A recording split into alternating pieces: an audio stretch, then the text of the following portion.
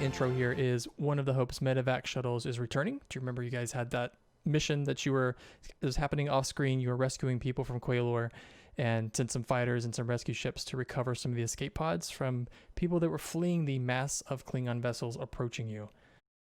And we're actually going to start. Our first scene is on the bridge.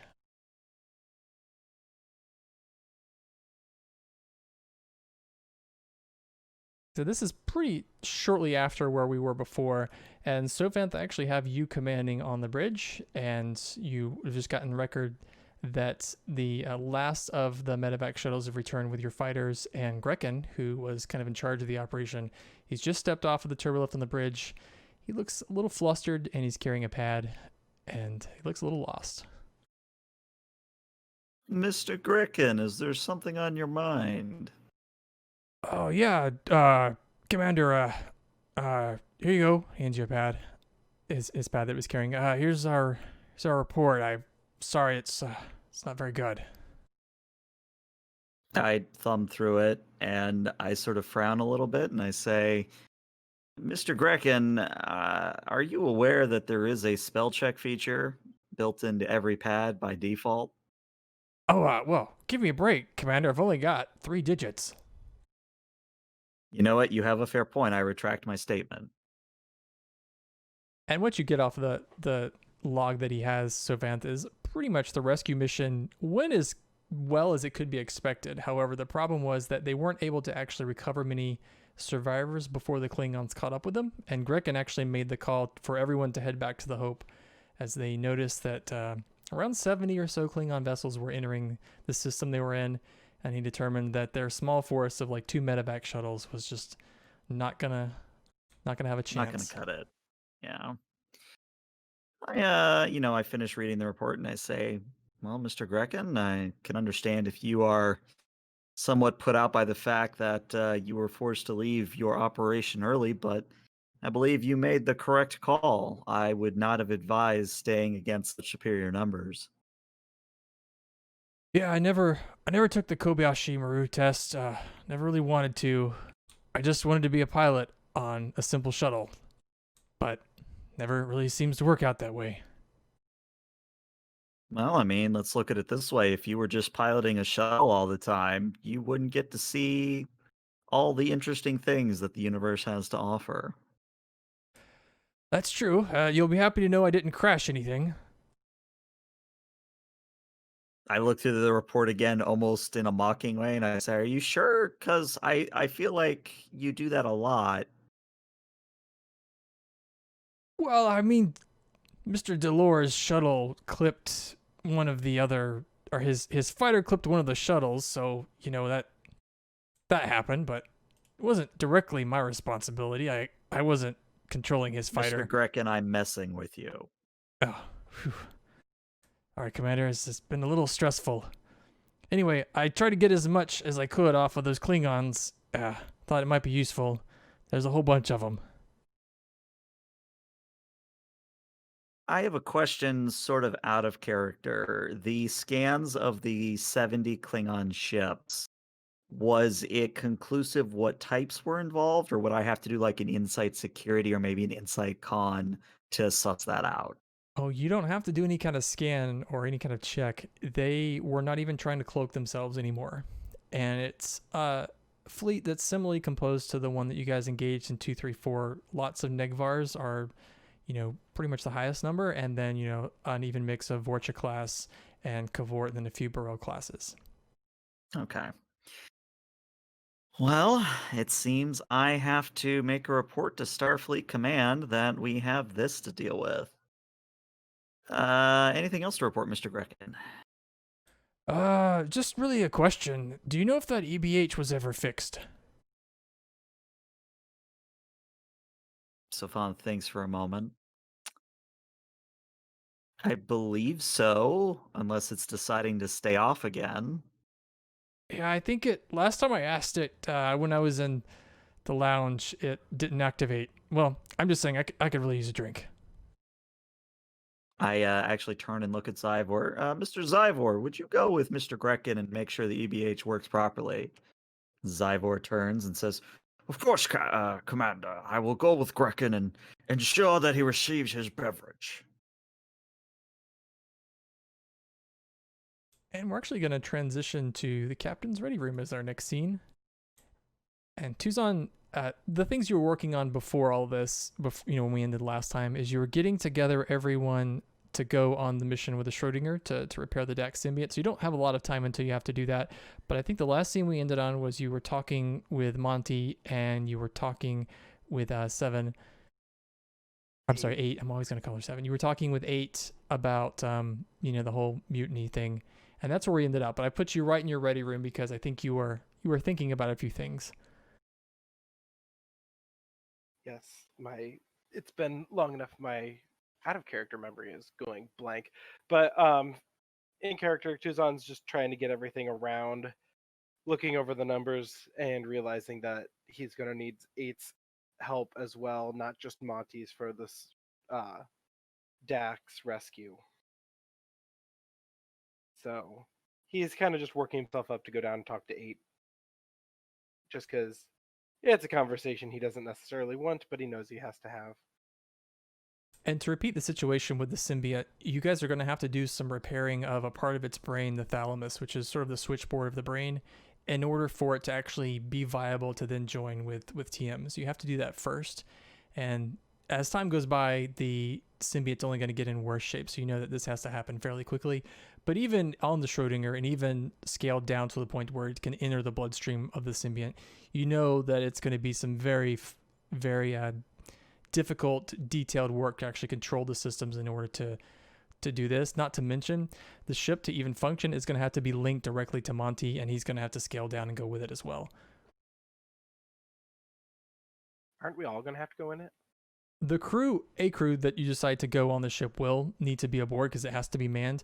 But the ship doesn't really have a functional computer system. That's what Monty will be, essentially. Like, he will be the backbone that's everyone's going to be manning controls, but he's the system that's going to make it all work. Right. And Monty's on board to help. Tuzan's just finishing up a couple last things, trying to make sure everything's in order before shrinking down. And then he's going to head on down to the brig. And just as you start to stand up, you do see that your console beeps with a priority 1 message from the Commodore. I sit back down and hit the button. And appearing in a holographic form is Commodore Zoll. As always, I describe her as very short. The holographic projector still does not make her any larger. You can barely see the top of her head from your desk as you're sitting back. And she's immediately pacing. She doesn't even look at you. Captain, it's good to see you. I hope things are well. As well as they can be at the moment, Commodore. What can I do for you? I was hoping you had good news for me.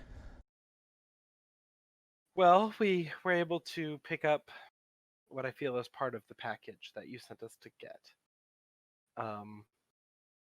We were able to recover the Dax symbiote, but not Ezri. That sounds very sinister. Not going to try to sugarcoat it. Dax is not in a very good spot right now. We are in the process of putting the final pieces in place to be able to repair Dax, and lucky for us, TM is able to become a host. He, looking at the numbers and the kind of history of Dax, he's the only Trill we have on board that is able to take the symbiote. Well, Captain, whatever information that the Dax symbiote has sounds critical, and at this point, we could use all the information we could get. I was calling to let you know that, we've already evacuated all the civilians off of our starbase and non-essential personnel from the station, and the Klingons don't appear to be hiding their numbers anymore. We've got about 70 starships left, and there's mostly damaged ships and battered crews. The news is I just received orders from Starfleet Command that if the Klingons move to engage, we should use our forces to slow their advance while the remaining injured at the Akamar Hospital are moved out past Regulus. we're giving up on the Algeron sector. Well, hopefully my engineers will be able to give us a fighting chance. They are in the process of reverse engineering what seems to be the cloaking device. And what I hope to be able to give you in person, I'm going to give them a task as well. We might have a weapon to level the playing field. Well, do whatever you need to do, Captain, to present any of those options to me as soon as you can. Honestly, one more ship in this fight isn't going to make much of a difference, but if you can give me information or more weapons or anything that you've just described, that would be infinitely useful. This fight that we're looking at, we're outnumbered at least 2-1. There's no way we could win. Well, giving us a little bit of a fighting chance with some upgraded weapons and a way to get through the phase cloak is certainly putting us in a better spot. The fight isn't over until it's over. Indeed, I need to figure out what we can leave on Starbase 23. It's funny, they never actually designed these starbases with a plan to scuttle them, so that's also something I have to work on. But you have your own problems, Captain. I'll leave you to it. I just wanted to give you an update. Understood. We're going to try to take care of everything here. Don't worry about us, Commodore. We can take care of ourselves. You have the fleet to worry about. Indeed, Captain, and Godspeed. And she Godspeed. hits the transmission and disappears. Tuzan hits his button. Commander Ryelix, can you come up to my ready room, please? On my way. And since I'm still on the bridge, or did you mean just Ryelix? Let me clarify. When Ryelix gets up there, I'll call you in too. Okay, just making sure. And The door opens as Ra comes in, and I yell, "Sophant!" Right, coming. Wait, so does that mean Grekken has the bridge? Technically, yeah. Oh boy. God. Very quickly. Captain, Commander. Very quickly, I just got off the horn with the Commodore. It's looking pretty grim. Only about 70 Starfleet ships left. They're pretty much abandoning the system if we can't give them a fighting chance. Well, as it comes to the cloaking device, we've made some progress. We have a prototype that we could probably test on a shuttle, but with about a third of the thing missing, we don't know how well it's going to work out at the moment. That's understandable. I want you, Ra, to assemble a team and start working on this, and I hand him the pad with the schematics for the weapon. And if I remember correctly, they were schematics for like a transphasic torpedo, right? yeah, that's correct. I also hand a copy to Sophanth. I take it and look at it and sort of narrow my eyes. Where did you get this, sir? Would you believe from the future? I suppose it's not the most outlandish idea. Do I even want to know, or temporal prime directive? At this point, this entire war falls on the temporal prime directive.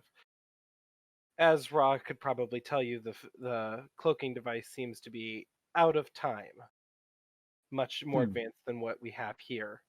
We're looking at about a solid, maybe 400 years out ahead of what we have now. So it seems like some entity gave the Klingons advanced technology from the future. After our excursion on a first contact mission, that did not end as well as any of us hoped for, I was visited from a temporal, who I'm assuming is a temporal agent, and they gave me this.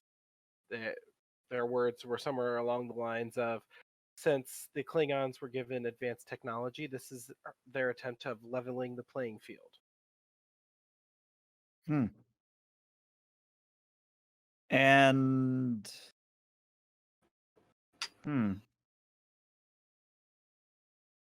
I mean, we can certainly get to work on this, sir, but what are we doing about the symbiote? What are we doing about Dax? We have assembled a team, and we're going to be taking the Schrodinger. I sort of look at Ryelix. If Ryelix is staying to deal with the weapon, who are you taking from engineering? I don't remember. I mean, we have Serval, we have Loggins, we have Monday. I'm trying to remember who we had said. Might have been Serval because I think Shizno was going to play Monty because he was going to pilot it.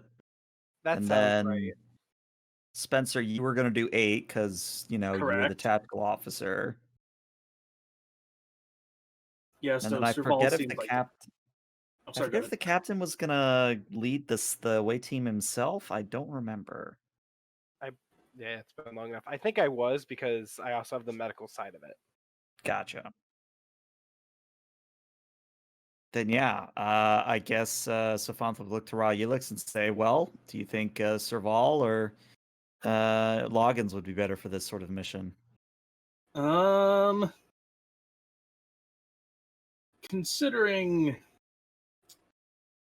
that I might still not might I will need Loggins if we're going to keep working on the cloaking device while I work on weapons. I think that Serval is probably going to be your best bet for this. Serval has a focus in small craft. You get it? It's Mhm. perfect. Funny enough, so does 8. So Yeah, there we go. All right, then we're going to assemble our teams. I just have to go collect one more team member to get prepared for the repair of Dax's brain. Whatever's in the symbiote's mind is extremely important. I'm hoping that we won't have to use those new weapons, but if we can get them online and give everyone a fighting chance, the Federation's currently fighting at a 2-to-1 disadvantage. Oh, so even odds then. Seems to be. So, But Ryelix, everyone's beaten, battered, and bruised. yes, sir. why don't you give me a engineering insight difficulty of 2, Okay. and you do have focus. Okay, good to know. Inside engineering. And yeah. Perfect. Huzzah. So the torpedo specs that you've got in front of you on this pad, the first part you notice is that it's basically a really fancy quantum torpedo. And I'm actually going to pull the stats that we have in the Delta book for transphasic torpedoes, which I think are basically quantum torpedoes, but with like the piercing 4 quality. So it's just going to get through anything with resistance. But on top of that, there's a guidance system that's included here that's basically honing in on a specific phase variance. It's dialed into a very specific number. That's odd, but it seems to be an integral part of the specs here. He sort of, after looking through the schematics a little deeper, just like,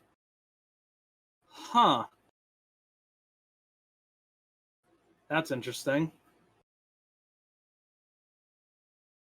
Care to share with the class? Yeah. So it seems like these specific schematics are almost like it's a primitive comparison, but heat-seeking missiles. These are basically like that, but it's for a specific frequency. Maybe it coordinates with the schematics we got off of that Klingon vessel.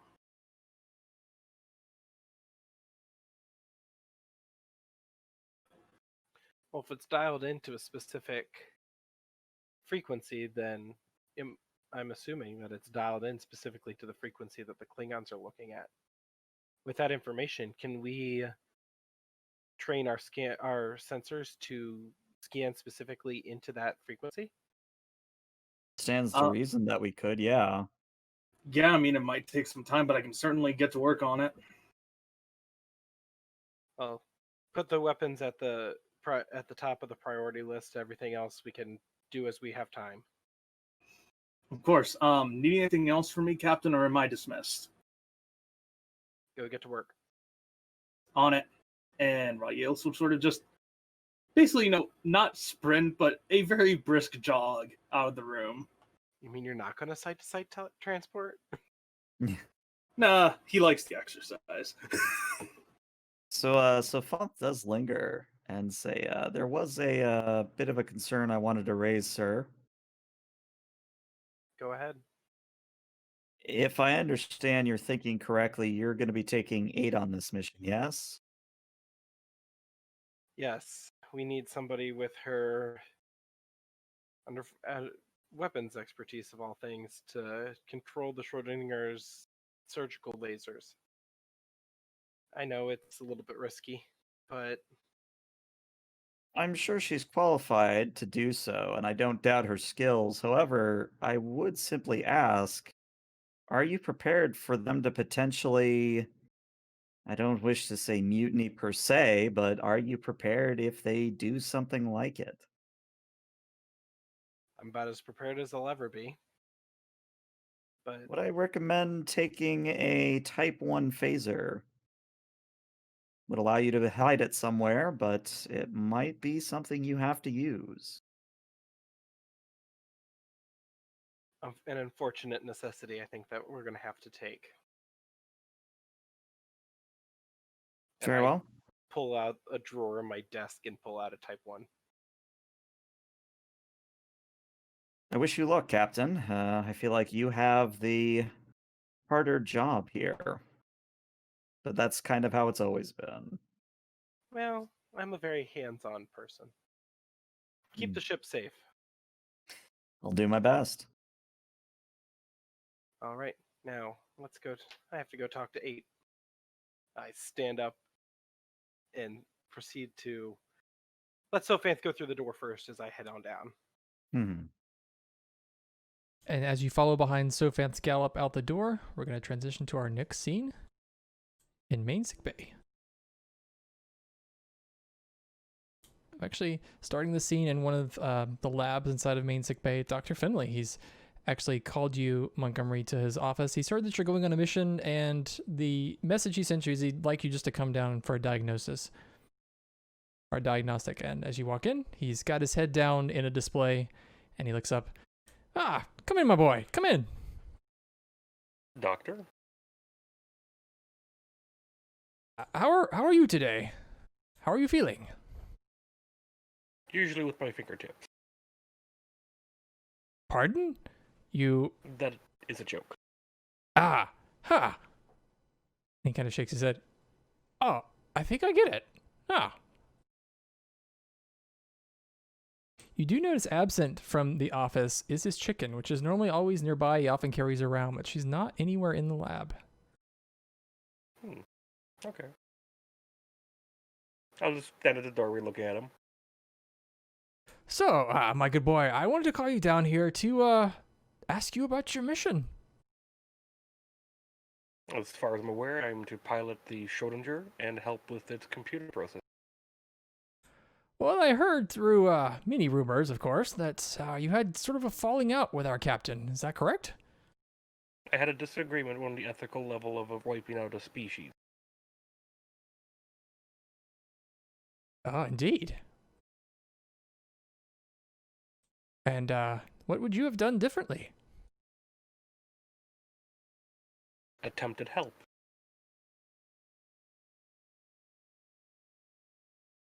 Well, it's good to know that your programming, at least your ethical subroutine, seems to be, well, I would call it functional. I would agree. I could not stay on my post while this was being carried out. It But- violates everything that my programming stood for, and also everything that Starfleet stands for. I've heard that you volunteered to go on this mission to fix the little worm guy in the tank a few rooms over. Yes, it's a Dax symbiote. Yes.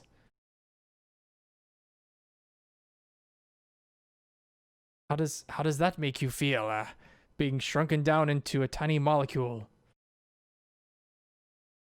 I have no feelings against it, nor for it. If I'm able to assist and help the repair and recovery of the Dax symbiote, then I will consider that, well, a success. It is part of my primary goal to help. I read the information from that silly woman. I can't quite remember her name, but the woman that built that funny machine. And I wanted to see how you felt about being used like a tool in this situation. You will be basically a replacement for its computer. There are many species that have augmentations for their cognitive functions. The binars, for example, are paired at birth. They are then linked to a grand computer. Their brain is used for processing information, but they are not diminished in any way. In fact, they are enhanced. I simply look at this as an ability of mine that I'm able to help. Very good. It just struck me that on your quest for becoming more human, or at least learning more about humanity, that this would kind of be a step backwards in a way by making you more machine-like. It could be viewed that way, but it would also diminish my ability to try and fit in, or at least to offer my assistance in any way I can. If I were to refuse this, and the mission were to fail, I would be indirectly responsible for the loss of a life. Is it not customary for the humans to give it their all to save an individual? So are you doing this because you feel obligated to, or because you want to? What is the difference? I have the capability, and I wish to. The difference is choice, my friend. Choice is difficult to comprehend. Do we have the illusion of choice? Is everything predestined, or do we actually have free will? What makes us sentient? What makes you different from me? Is it simply just our own thoughts? Or is it the ability to see beyond our own limitations? I believe that this is a choice I wish to make, not because of just my programming, but because it is the right thing to do. It struck me that you are, while not absolutely unique in the galaxy, one of a small group of sentient life forms that are functional. It's very possible that in this whole situation you may not come out, well, the same. I looked at the doctor's research, and a lot of it seems very fantastical. I was just curious why you thought perhaps sacrificing your life for someone else like that Dax person that you don't even know. If they have knowledge to help with this war, and if my sacrifice is required for them to survive, the knowledge that they are able to give to the Federation could save hundreds, thousands, if not millions of lives. As the Vulcans prefer to say, the needs of the many outweigh the needs of the few. Indeed. However, the Vulcans also make some of the worst food that I've ever had. I would not recommend it. I believe that's based off their biology. I'll have to show you one of the dishes I'm referring to one time. It's their equivalent of an omelet. I added copious amounts of salt and pepper, but still, no taste at all. Fascinating. But that's all I had for you, my friend. I just wanted to check your operational status, and I know things have been moving rather quickly lately, and see if I could help in any way. Understood, and thank you, Doctor. I'll leave it to you then. Or leave you to it then, my friend. I know you have a lot going on. I seem to have misplaced my chicken. Do you need assistance? No, she'll turn up eventually. I'm sure she might just be down on the warp core or something. She likes to go there because it's warm. Can you simply not recall her programming back to here, since she's a hologram, as you've stated?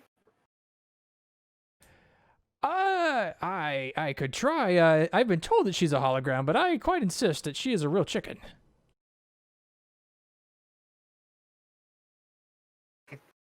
You just look at him for a second and is like, ah. Well, if there's anything else, may I leave? No, of course. You're free to go. I will see if I can find it. I'm pretty sure that she's not a hologram. Of course, I don't know that I'm not a hologram when you think about it. Is anyone real? It's hard to say. A question for the ages, Doctor. Good day. And Monty will walk out. Computer. The computer beeps to acknowledge that it's ready for a command. Do you have any location on a avian bird named Margaret? And the computer replies, there is one avian creature in main engineering. Currently, what officer is in main engineering? The current officer at duty in main engineering is Lieutenant Loggins. Ensign Montgomery to Lieutenant Loggins. Yeah. What's going on? What's going on? I'm literally arm deep in a torpedo.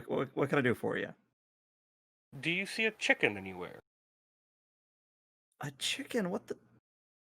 Margaret. No, Dr. I'm not Finley. seeing a chick. Wait, hold on. White feathers. That is typical of a chicken, yes. Maybe about the size of a small dog.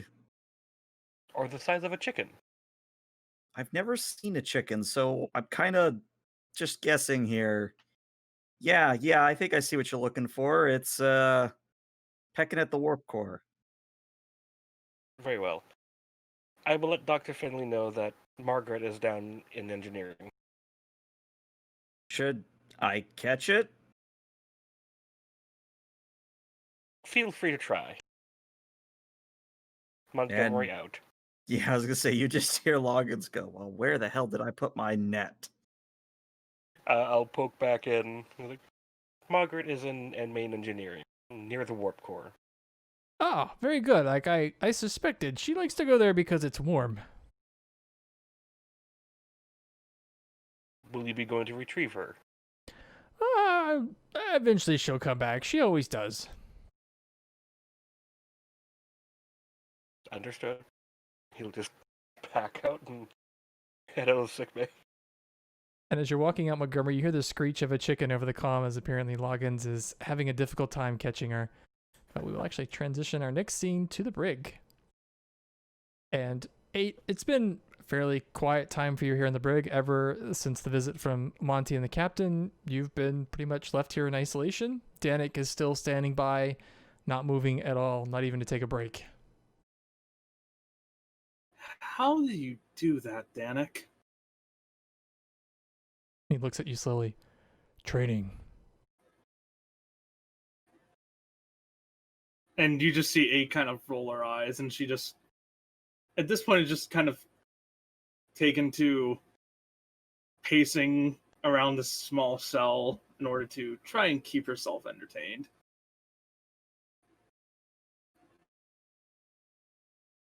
About that time, in walks in the captain. Tuzan will look at Danik. Danik, have you taken a break? No, he hasn't. No, sir, it's not required. I was ordered to watch 8, so here I am. I take my duty very seriously, sir. So noted. Go get a coffee. That's an order. Yes, sir. And Danik walks by. He shoulders a little bit past you because he's, it's a small room, and as I've said before, he's a massive Orion, well over, 2 meters tall, and he moves past you. And then Tuzan sticks out his head. Or whatever you want to drink. It does not have to be a coffee, but please, for the love of God, just go take a break. And he turns back. Yes, sir. I'll get a glass of water. Tuzan will turn around and just shake his head. Oh, good lord. And walk over in front of the shield and hit the button to deactivate it. With the sound, the force field is deactivated, and 8, you could step out of the cell. She looks confused, but then slowly steps out of the cell. Tuzan just smiles. 8, I need you.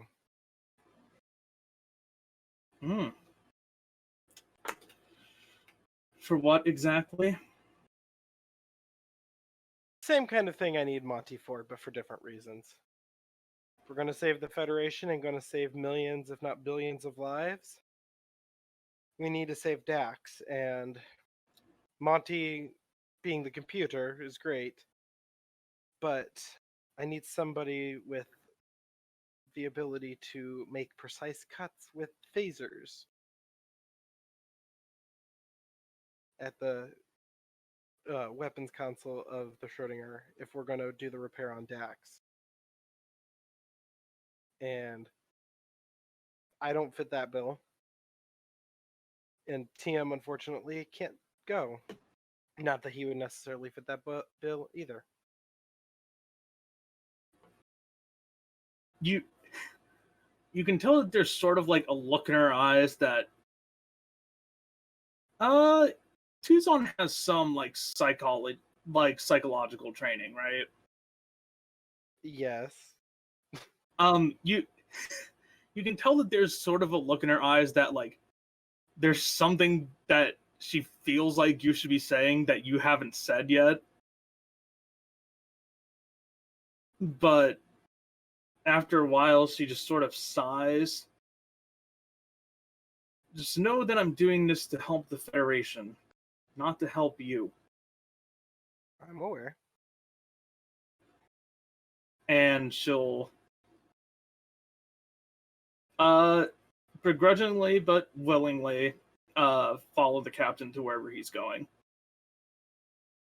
As we step out of the brig, I tap my comm badge. Tuzan to Danik. Yes, Captain, this is Danik. I have 8 with me. I need her for a special mission. Take the rest of the night off. Yes, sir. You sure I can't assist you with guarding 8? Where we're going, it's going to be a little hard for you to guard. If you say so, sir. I have a lot of confidence in my ability. I promise I could do a good job. I was trained by Lieutenant Isha. Take my job very seriously. Oh, I have no doubt, Danik. You're one of the best, which is why you deserve a little time off too. Okay. I thank you, Captain. I guess I could go back to my cross stitch. Been working on for quite a while. It's a I'd nice. love to see it when you're done. It's a nice kitten. I used to have my Orion kitten. I'd love to show you sometime, if that's appropriate. I'd love to see it. After we're done with all of this. Yes, sir. Of course. I'll leave you to it. Thank you, sir, and good luck. Thank you very much, Danik. Tuzan out.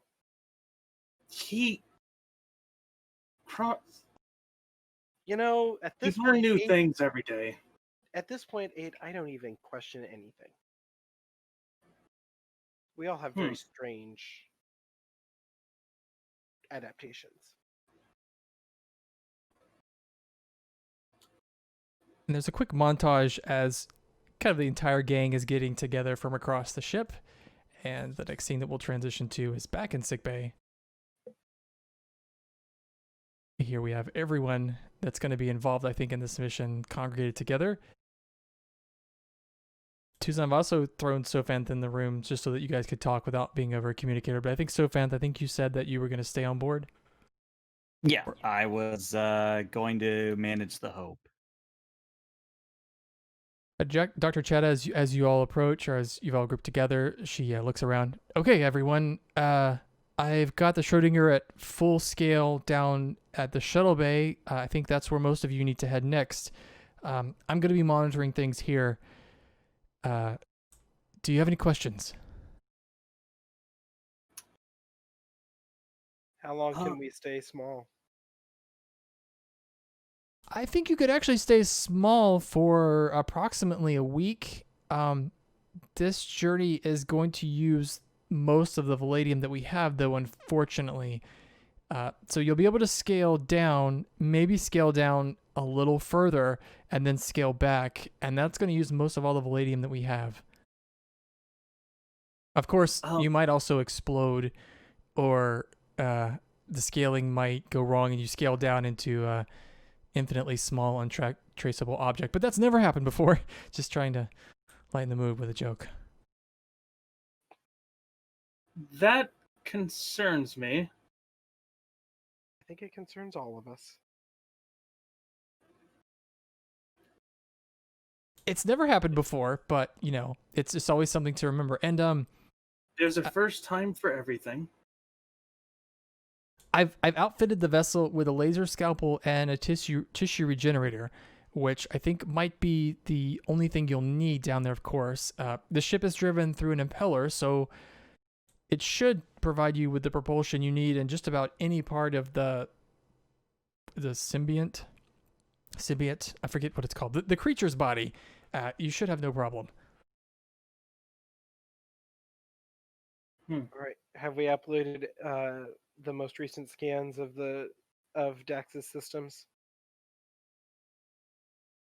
And Dr. Waltz, you know that, yeah, pretty much not much has changed in the way of the Dax symbiont, apart from it's just getting worse. But yeah, you've at this point taken a scan of just about everything in the symbiont that you can, and all that is available. Alrighty. Tuzan will go around the corner and talk and quickly say to Win, "Keep an eye on us in there." And Wynn looks back. Sure, Doctor. This is gonna be really weird. Remember the ship that we're on? Do we do anything normal or not weird around here? Indeed. And she gives you a pad. She's like, I think I found the perfect injection site, which should get you close to the creature's thalamus. Of course, you'll have to follow the bloodstream. I think that's going to be the easiest way. We can't exactly get you really much closer, but I'm hoping when you get there that the damage should be fairly obvious. Thank you, nurse. We'll keep this on hand. And then Tuzan will go into the room with Jarrus. And in this room, TM is really just being prepped for surgery for whenever the symbiont is ready. And he looks up as you walk in. Oh, hi, Edon. I'm glad to see you. This is a little nervous. I'm a little nervous in the situation. So am I. We're both undergoing very different transformations here. I know this is, I don't mean to put this pressure on you, but I know a lot of things could go wrong both while you're on that ship and, well, the whole transplant with the symbiont is also going to be risky. When all this is over, I had a gift I was going to give you a long time ago. It's in my footlocker in your quarters, and I just never had the right time, or at least I never made the right time. But yeah, it's at the bottom under some books. If I don't make it back, it's something I'd like you to have. I look forward to you giving me the gift when this is all over. Yeah, me too. And yeah, who knows? Maybe with the Dax symbiote, I'll finally be able to carry a tune. Quite possible. Although there are some things that not even Dax can fix. Well, good luck, Edon. I've never even heard of anyone ever being scaled down to 5 microns before. I think you're going to be the first person to ever do it. You know what? Even when I'm a captain, I'm making medical miracles happen. I'll take it. We'll see you on the other side. Good luck, Edon. I'll see you when it's over. Good luck. And Tuzan will rejoin the group. And while all this is happening, Dr. Chada actually kind of pulls you aside, Montgomery. She says, Lieutenant, I've got everything set up on the Schrodinger for your interface, and based on our experiments before, it should be a fairly easy connection. You'll see that the relay connector is there for you. I just wanted to check in with you to see if you had any concerns. You're going to be the backbone for this entire operation. And this is going to be this is throwing you in the proverbial fire.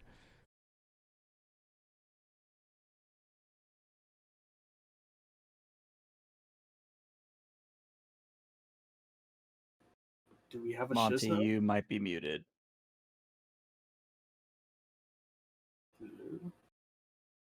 That or he's gone comatose. Oh dear. Oh, we have Monty back. Hello. Hello. In case you missed it, Dr. Chada was just mostly asking or going through the procedure for Montgomery to connect to the Schrodinger and making sure he was up for it.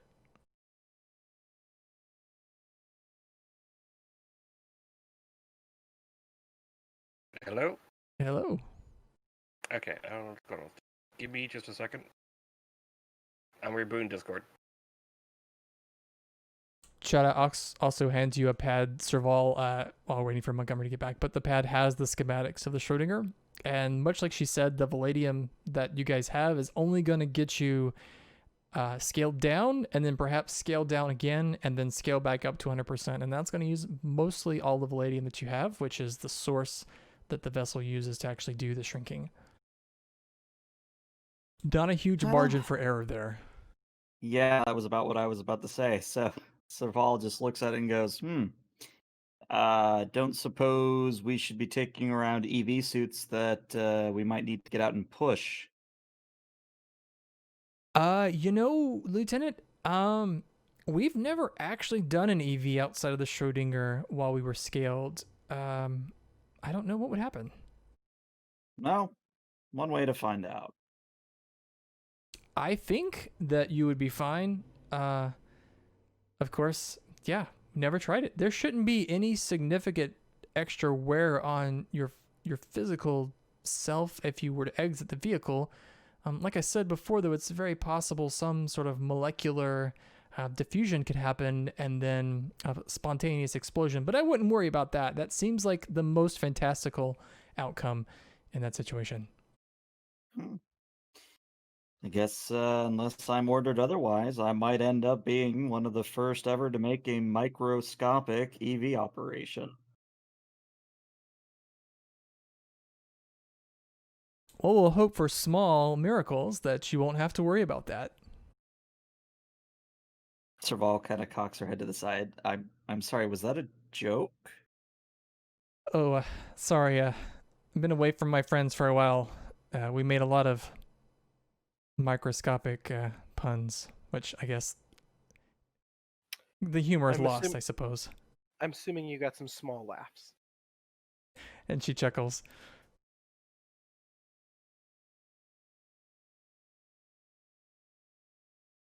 Well, Captain, I'm ready to go if you are. All right, everyone, let's make our way down to the shuttle bay. Let's save the Federation, because at the end of the day, that's what this is boiling down to. Everyone has specific tasks, even those here on the Hope. We're doing everything we can to end this war with the least amount of casualties and the quickest way possible.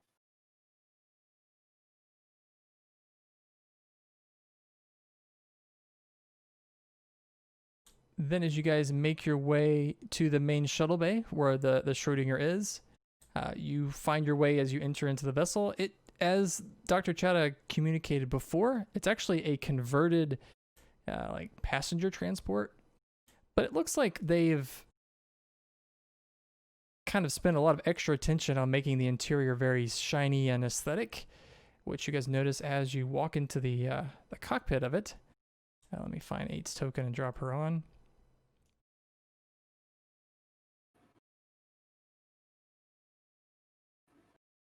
The vessel does have a command chair in the center, and then off in the front are 2 pilot seats. It looks like a pilot's and then an operation seats. And one of those consoles you see Montgomery has the ODN connection that she was talking about that has to connect into the back of your head. And then also there's a table display sort of back here in the middle of the room that has a readout on the status of the Schrodinger, and also a very important metric that tracks the amount of vanadium that you guys have.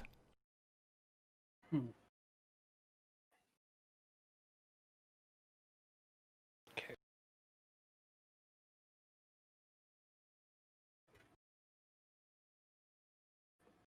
Well, everyone, let's see what we can do. Stations. Yep. And 8 will take a seat at a console, configure it to her liking, and get ready to go. Serval will do the same. And Montgomery, as you sit in the pilot's chair, I'm assuming you take the relay and kind of connect it to the back of your head.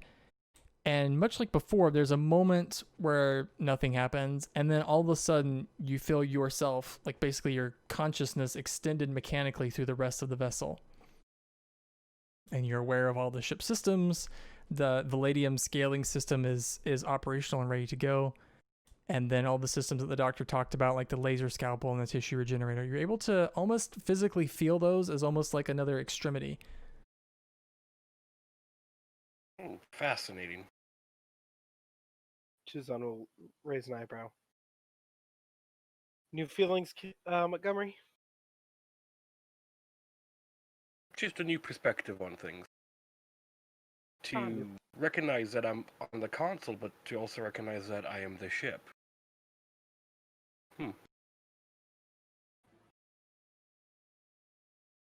always nice having a new perspective on things. So, question for you, GM. Being connected to the ship, is this like their neural interface, where if the ship takes damage, I suffer stress? And even further than that, Montgomery, I have a stat sheet for the Schrodinger, but we're actually not going to follow really any of the stats for systems or departments. If there's ever a ship assist, it's going to be you being the assist, not the ship. Okay. But if you take damage, we'll have to see what that does to Montgomery. But much like we've covered before, Montgomery is like the computer system for the ship. Now, while you're also going to be piloting, let's say if Ada wants to use the laser scalpel, she'll be using controls, but you'll actually be facilitating that almost as the ship yourself. Okay, so like directing calculations and all that stuff. Yeah, So you are the backbone of the operations of the ship here. Oh man, I hope to God we don't need medicine for anything, because it's a 1. Mine's a 4. So you get Wait a a communication. second. You get a communication from Lieutenant Wen, and she kind of goes over the channel, and she says, "Everyone, are you guys ready? I'm standing by in the cargo bay. I guess with a hypo spray. When you scale down, I'll get you into this injection." Chuzan will take one last look at the crew.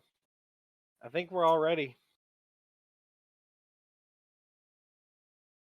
About as ready as I can be. Ready to go. I'm just a tiny bit nervous, but I'm sure that will pass. Honestly, Serval, if we weren't all a little bit nervous, I would say there's something wrong with us. Monty will just look at everyone. Did we get the puns out of our system? No, I have a few small ones.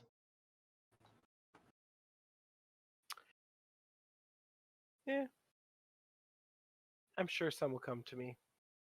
It'll be like a little vision. I do have to say that I made a station here for Sophanth because I was hoping a scaled down horse so we could switch to pony jokes, but missed opportunity. At least tiny horse jokes, but yep. Maybe next time. Would you rather fight 10 pony-sized Sophants or 1 Sophant-sized pony?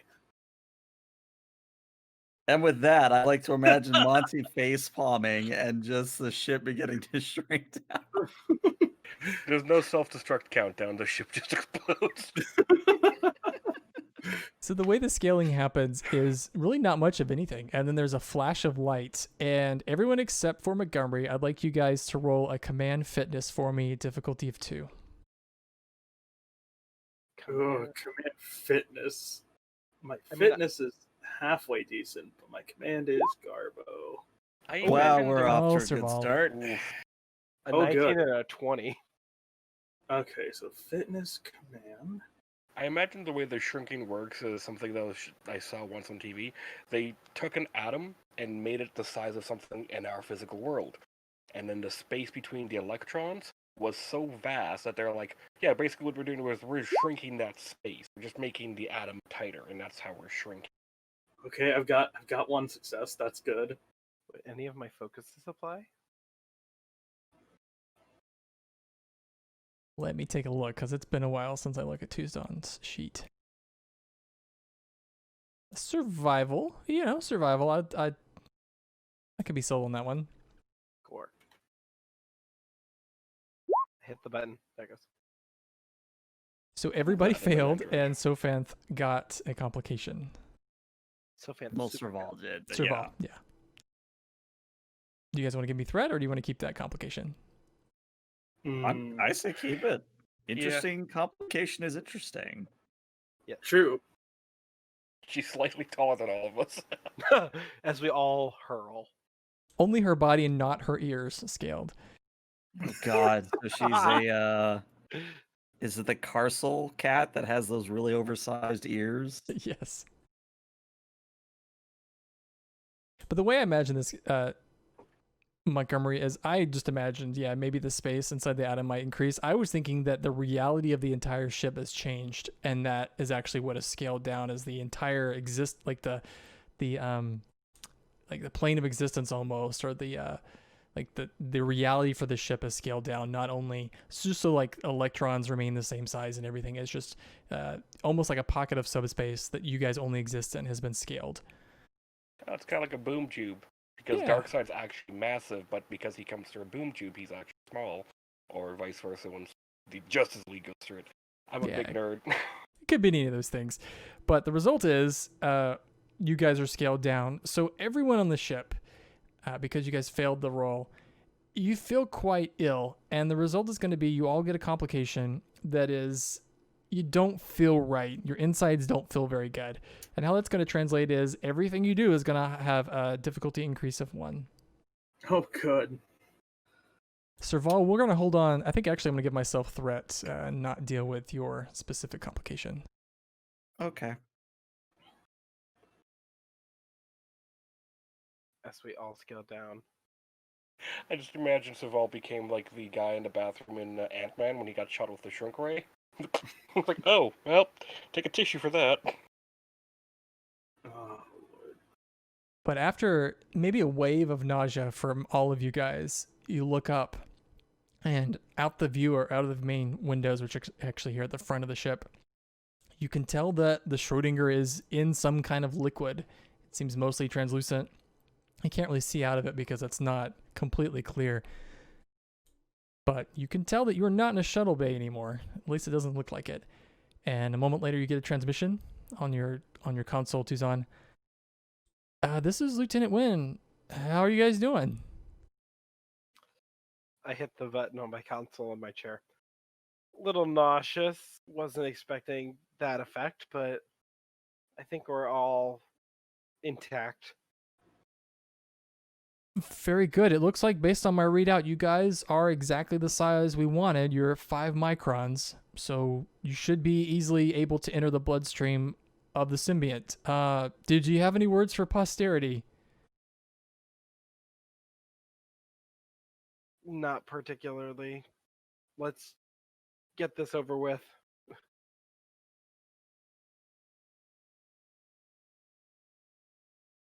Some time passes as you can tell that you guys have been moved around to the ship because your view changes a little bit outside the window. You can see the fogginess or the murkiness of the water move a little here and there that you're in. And then again on the comm, Lieutenant Wen says, we're about to inject you guys in the symbiont. Not exactly sure if this is going to be rough or not. Thanks for the heads up, nurse. Everyone buckle in. And as Serval like fastens in, she starts patting herself down and she goes, "Shit, did I leave it? Where did I? Haha, here it is." She pulls out an isolinear chip, slips it into the console, and of course, one of the classic hits of the 21st century begins playing, much like Zephyr Cochrane's Journey with the Phoenix. But you have to tell us what the song is. That's very important. Well, that's what I'm actually debating out of character is do I go with an ironic tiny song or do I go with classic rock and roll? Hmm. Let me look at something. Oh. Monty, I'm laughing very hard. There's a it's not spelled the right way, but there's a rock band that's called Little Feat. Oh God. Let's you know what? Let's go with an AC/DC classic, Highway to Hell. There you go. Absolutely. Beautiful. Wow. Foreshadowing. So a moment passes and then the injection happens. There's a rush as the liquid that you guys are presently sitting in rushes to the hypospray and you're fed through the nozzle into the blood system of the symbiont. And Montgomery, if you could give me a con fitness roll, please. Difficulty of 2. Now, is this to represent him as the ship or him as the pilot? Actually, both. To see how he handles this and to see if there's any adverse effects with the ship. Okay, because I was going to ask if Serval could assist on this, because she does have a con of 3. I'll let you guys decide once we're in if Montgomery, if you actually want to do the piloting, or Serval, if you want to do the piloting and use like Montgomery as an assist, you guys can handle that. But I think for this first thing, this is the alternate role that Montgomery's doing for the whole scaling situation is you guys going through the injection. Would the ship Gotcha. assist?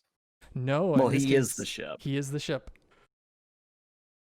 Okay, so am I using my character sheet or the Schrodinger sheet? You're using your character sheet. Okay, and what am I rolling against, sorry? You're doing a con fitness difficulty of 2. And I think your focus in small craft actually is perfect. It fits. Okay. Focus, yeah.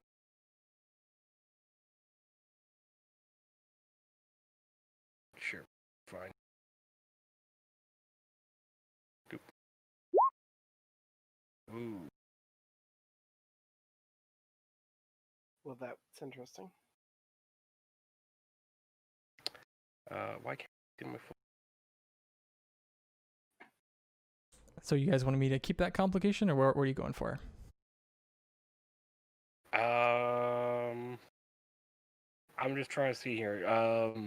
So is this for maneuver around a ship, or is this for just the shrinking in general? This wasn't for the shrinking. So as you guys are injected into the bloodstream of the symbiont, this role is to determine how well Montgomery manages the ship as this happens. It's sort of a violent situation. I imagine all of that suspension from inside the hypospray as you're being pushed forward and into the bloodstream of the symbiont. There's probably an amount of stress that happens on the ship, and this role was to really see how Montgomery handles that. Would precision maneuvering come into play to reduce the difficulty by 1? Yeah, I'll allow that. Yeah. We Means you would That means we succeed here, passed. but you still have that complication. Yeah. I'm fine with you taking it as threat unless you guys want to keep it. I can go either way. I mean, I'm of the opinion that we should keep the complication, but that's just me stirring the pot. I have the perfect complication in mind, actually. I'll stir the pot as well and say keep the complication. All Okay. right. So Montgomery, what happens is as the ship, you've kind of sense what's happening as the Schrodinger is being pushed into the bloodstream of the symbiont, and you manage to, control the ship in such a way so that it's not going to be very violent for the people inside of it. And however, when you start to turn on the impeller, which the way the impeller works is it's just like a jet that just sucks in anything and then spits it out the back. In this case, it's going to be the plasma of the bloodstream of the symbiont to propel you guys along. When you start to turn that on so you could actually make a smoother journey for everyone, it just cuts out. And in fact, the lights inside of the Schrodinger dim a bit.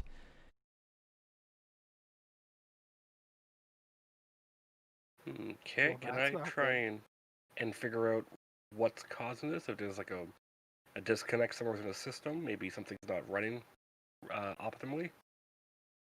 You can try. Do you want to do this yourself, or do you want to ask Serval for help? What's Saval's engineering like? Oh, she has a 4 in engineering. Yeah, if you would like to assist. Sure. What am I rolling? Reason engineering, insight engineering. Well, let's do insight engineering for both of you guys. If Serval's going to be the assist, then yeah, just 1 dice for Serval. Difficulty here is going to be 2.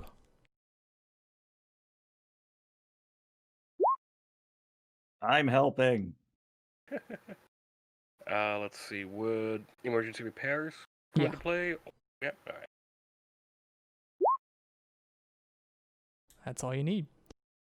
So, Serval, what you immediately notice, and you kind of relay this to Montgomery, is that impeller requires a slow start, and you kind of figure out the sequence and how that needs to happen. This thing has not really ever been used in this way, and you've managed to reconfigure it so like it's gonna be a more smooth transition as you start it up, and there's like a slight whine in the back of the ship as the impeller begins. And in front of you guys in the view screen, as the window clears, you find yourself in the bloodstream of the symbiont.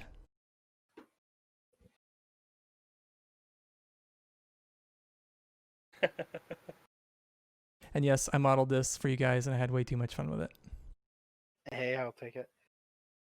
That's Fuson will hit a button, and then on the screen will be the overlay of where we are and where we have to be, and where we next to where the active lookout.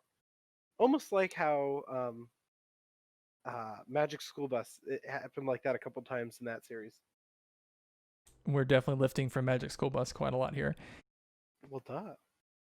What you realize is that if you guys follow the blood flow here, which is kind of what the whole idea of like where the injection site was, it's going to take you pretty close to the thalamus, which is the idea.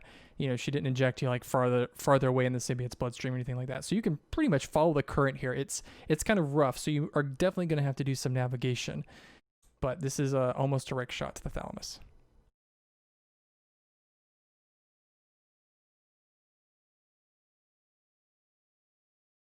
She's on the look at Montgomery. Oh, Monty, let's get going. Understood. And Need help? Let us know. Will do. So this is also, I'm going to bring up the question again. Serval, did you want to pilot the ship, or did you want to leave all this to Montgomery? That's his call. If I remember correctly, he outranks me. No, we're both ensigns, so I would say, unless the captain says otherwise, Serval is looking at the navigational data, but isn't actively taking control. So for my con, it's a 4. Control, daring, 10, both. Helm operation, small craft. Yeah, I would say Serval is similar, but she has a 9 in control and a 3 in con, so. And I also got precision maneuvering. So you As can a lower channel? the difficulty. Me. All right, Monty. We'll assist you as needed. Could I have a co-pilot? I mean, that would be Serval. Yeah. Okay, so yeah, if she wants to assist then. Like, bring over I the sensor, continue 'cause, to help you. Yeah. I imagine, like, there's a little heart inside here, and it's pumping, so the changes in currents and stuff like that, maybe she's assisting that way.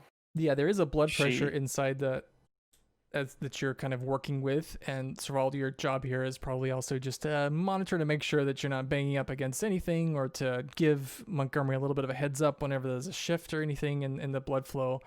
as you're making your way through. But let's say the difficulty here is just going to be a 2, working on trying to get you guys some momentum. And it looks like Serval's already given you 1 success. But let's do a control con. And you do have a focus. And precision maneuvering drops the difficulty to a 1. There you go. Difficulty 1. So all you need is a success, Montgomery. Perfect. Oof, close. So you guys are making your way through. I'm going to spin some of this threat, though. And this is because, Montgomery, you were taking the lead. You feel on your systems a bit of a strain. And this is probably because this is taxing your systems, not only because you are operating your body as Montgomery, and not only are you coordinating the systems of the Schrodinger, you're also doing extra work as the pilot. So you're doing 3 jobs, essentially, at this point. And you take 2 stress damage. Okay. You can share this with everyone or you can keep it yourself, but you know that while the positronic brain that you have is pretty remarkable, you are being taxed, perhaps beyond your limits. Okay. I will keep that to myself for now. 8, as you guys are making your way through the bloodstream of the symbiote, you notice, let me take a look at your medical score. You're probably not too familiar with the what composes the bloodstream of a creature like this. Probably not. Oh, what is 8 of 13's medicine? Oh, her medicine's a 3, so maybe. Okay. Oh wait, yeah, that's better than normal. So she's actually very well trained in medicine. So you notice a lot going on in the bloodstream of the symbiont, and you notice as you guys are floating through the blood, heading towards the thalamus, the blood starts kind of getting a little bit thicker around you.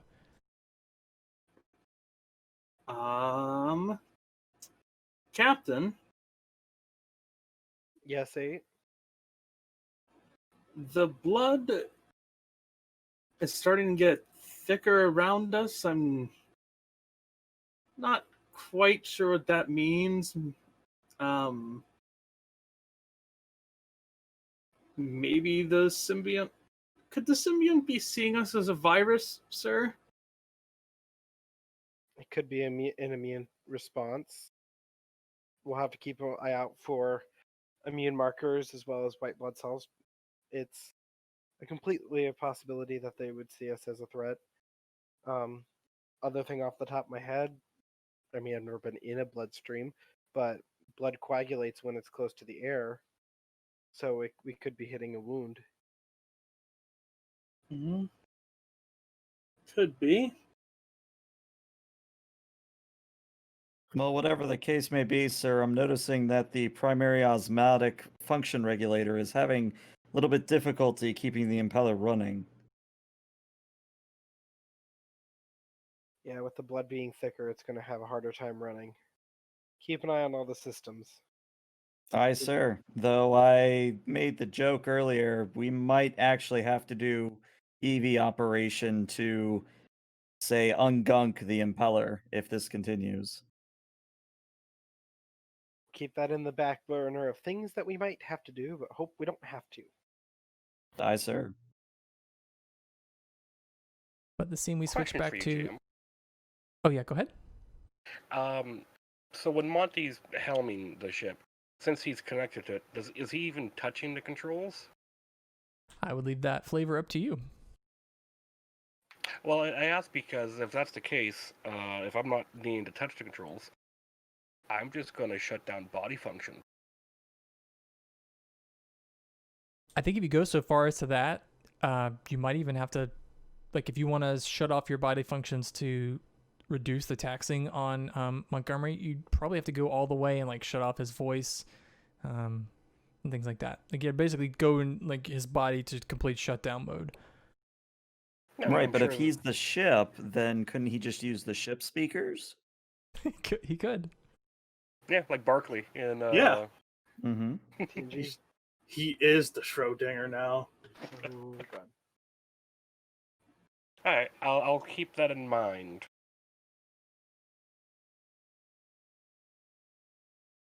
It is at this point where, 8, as you're sitting there on your display, you notice pulling itself away from like the thickening bloodstream are two large masses that are making their way towards the Schrodinger very quickly, and there's no question in your mind they are headed towards you. We've got in. And it's very obvious what they are. This is actually two white blood cells, and they see you guys as a foreign entity that they need to attack. Captain, probably not the right time to say something like this, but I called it. Oh. Let me guess. We're under attack by the immune system. Yes, we've got, looks like 2 white blood cells coming our way.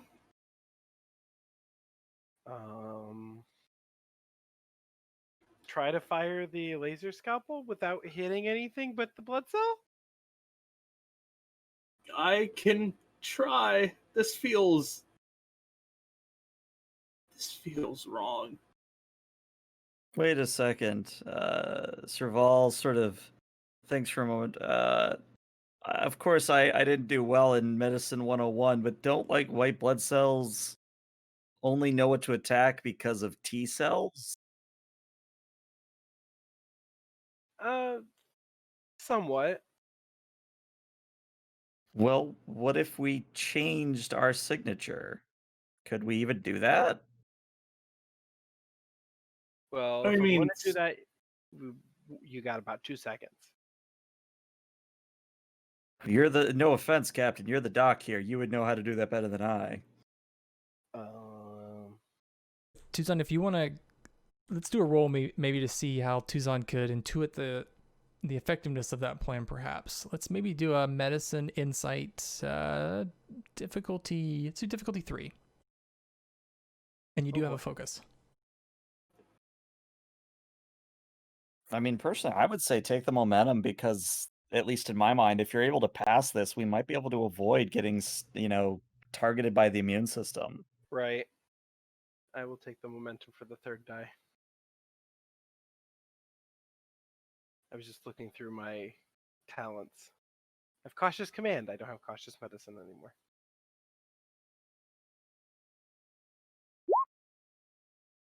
Got it. Just enough. So what you've determined is that the reason the blood is probably thickened and the reason why there are so many white blood cells in general is just because the symbiont is so injured. You could start trying to adjust the way the Schrodinger appears to the blood system and the immune system. It might be a little difficult, and it's certainly going to take you a little bit of time. You also run the risk of, if you fail, making yourself much more aggressively visible to the immune system. So right now it's 2 blood cells, but if you fail on this, you might really trigger all of the immune system to really come after you. Okay. What would I be rolling to change it?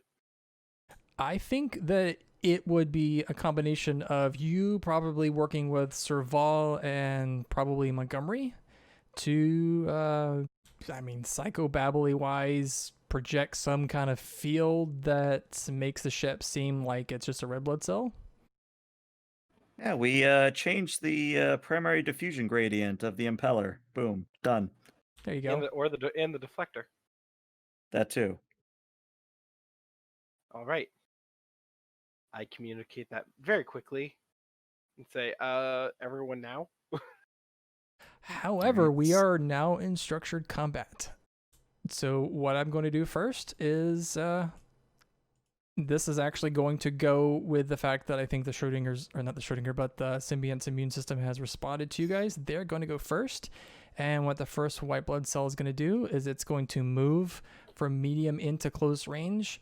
And you see on your scope 8, it is getting very close to you guys. And as it's doing it, little like tendrils or probaces are extending out from it, reaching towards you. Oh, that's nice. Probaces, I like that one. You know from your studies that this is actually how white blood cells kill things, is these probaces like extend, inject something, and then destroy the membrane of whatever hostile thing they encounter. So this thing is actively working on grabbing you, engulfing you, and tearing you apart. Oh, good. Oh, good. But now, handing it over to you guys, what would you like to do? Well, minor action for anyone to polarize the hull. Yeah, let's do that. Also, thanks for calling that out, Monty. The Schrodinger does not have shields. She has the rules equivalent of polarized hull plating, which is mechanically exactly the same, except you guys get a breach if you get 4 damage instead of 5 damage. Oh, Mhm. good. And then what? Use our main action to try the thing we were talking about earlier? Yeah, I would say let's Yeah. try the thing. All right. So I assume think this I'm thing that taking you're going to try to do is actually going to be an extended task. the key. Well, it's a good thing that Serval has Miracle Worker. I'm going to make the sipper on the go. Let's say that you guys are going to have a work track of 10. This is going to take 3 breakthroughs.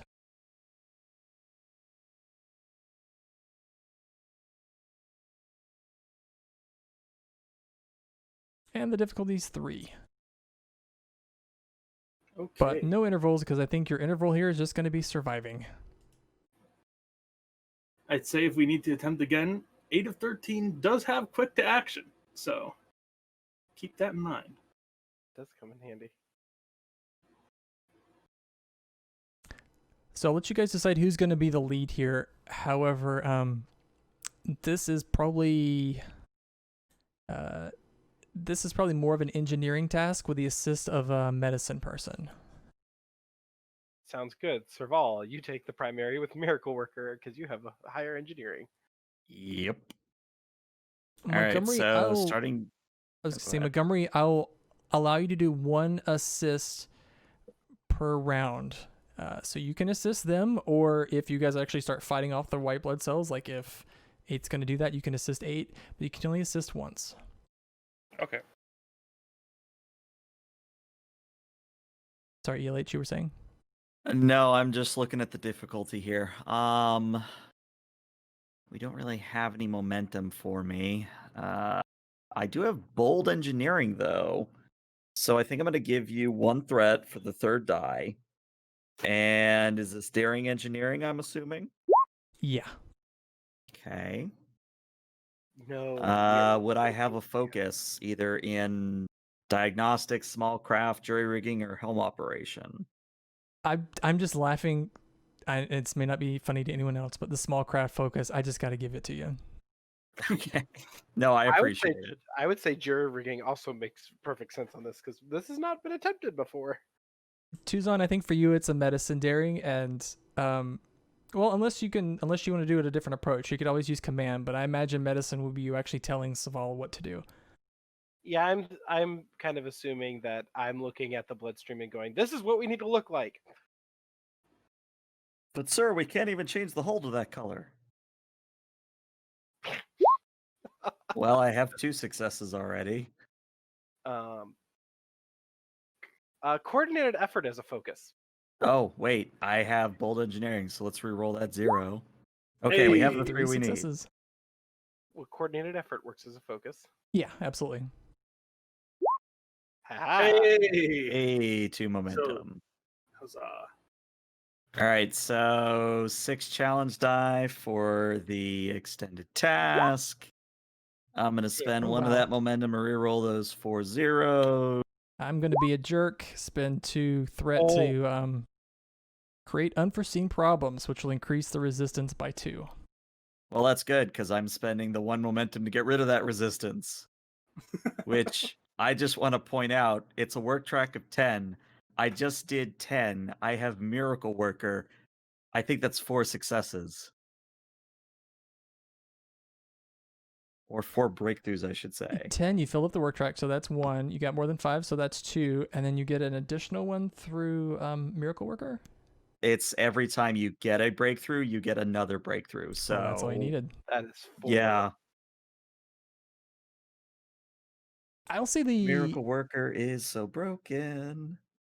I'm gonna give a complication here though, Okay. Ooh. and the complication is as you achieve this, Serval, you immediately work with Tuzon and you guys figure out what to do. And as you activate the whatever field that causes that's going to create the illusion for the Schrodinger. That white blood cell that was actually reaching out towards you guys, it just like all of a sudden pulls back and it starts looking very unhealthy. You can see through the view screen. It starts turning more brown and black, and then it just completely disintegrates. Oh. And you notice that the white blood cell that was moving towards you also, it continues to move towards you, but it then also does the same thing. It starts darkening, turning blackish, and then just like splits apart and vaporizes also. I believe Well- that means we should move faster. Well, Captain, I believe we have successfully become the very first autoimmune disorder for a microscopic away mission. Yes. And probably the first autoimmune disorder for a trill symbiote. I'm not looking forward to writing this report. Tucson, I'll give you this one for free. You believe that what happened here, the work that you guys just did, should have made the white blood cells just lose interest in you. For them to vaporize like that means there's probably something going on with the Schrodinger or it could just be the condition of the symbiont too. That was a very negative reaction, and actually the Schrodinger now might be driving the medical condition of the symbiote even worse. Yeah, with that in mind, Tuzon's going to hit the button to deactivate what we just did. We'll only activate it if we absolutely have to, but I prefer not to do more damage than what we already are coming in, what we're possibly doing.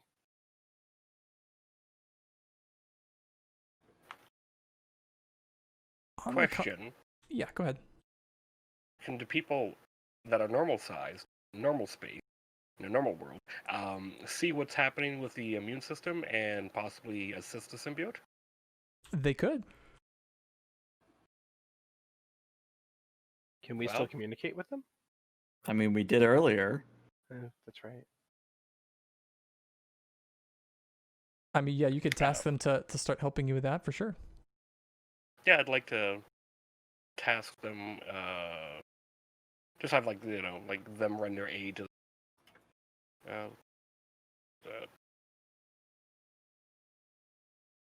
And after a moment, Nurse Wynn comes on the comm and she says, Captain, I don't know if this is an option that you want to take. So we've started a transfusion of the immune system of the symbiote to try to offset what's happening with your presence. But we have found, well, I even hesitate to call it a shortcut.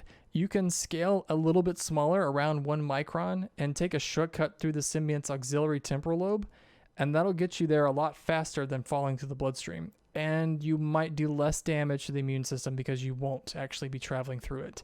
You'll be going through the brain tissue. You might come in contact with some neurons, so that would certainly be much more difficult for piloting, I would imagine, but that would be a shortcut. Tuzon looks to Montgomery. Do you think we can scale down that much and be able to go back? What does my great brain tell me? Yeah, you guys have enough for scaling down the size you're at now, scaling down further one more time, and then scaling back up to your original size, but that is absolutely it. Would we still be able to carry out the repairs if we scale down one more time, or is that going to make it more difficult? It'll be a little more difficult.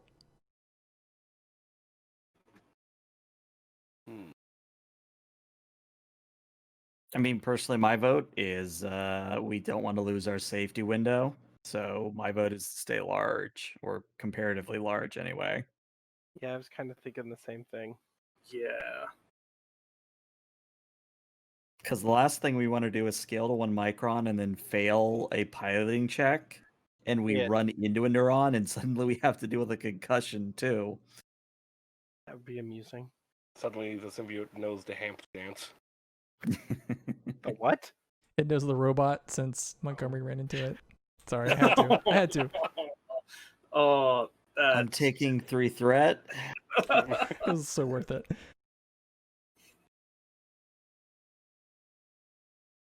Your Monty will just look back and say, Captain, I believe it is in our best interest to stay our current size. If we were to go smaller, it would make the operation even more difficult for us to carry out. I would agree, but let's keep an eye on the immune system. We don't want it to start attacking us again. You will hear very loudly over the intercom a tapping sound. Like, good captain, it's Johann. I Yes? believe I can drug the symbiote with a powerful cocktail of absorbent different amphetamines and immunoboosters and some suppressors as well. He will have one heck of a high, but it should help with his recovery.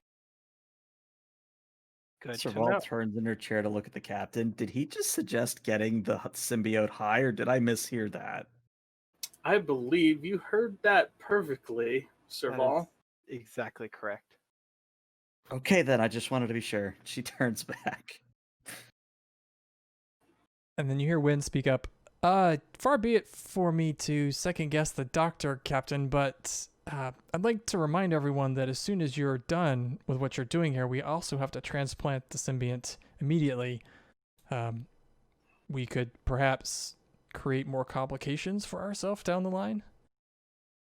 No, I can get twos on high as well. That's not who we're. Okay. And you hear Finley in the background enter. Hi, did anyone say that we're experimenting? I have my own ideas. Oh, for Ooh. God's sake. Excellent. Finley, here you go, and I just give him a hypo spray. Oh, God.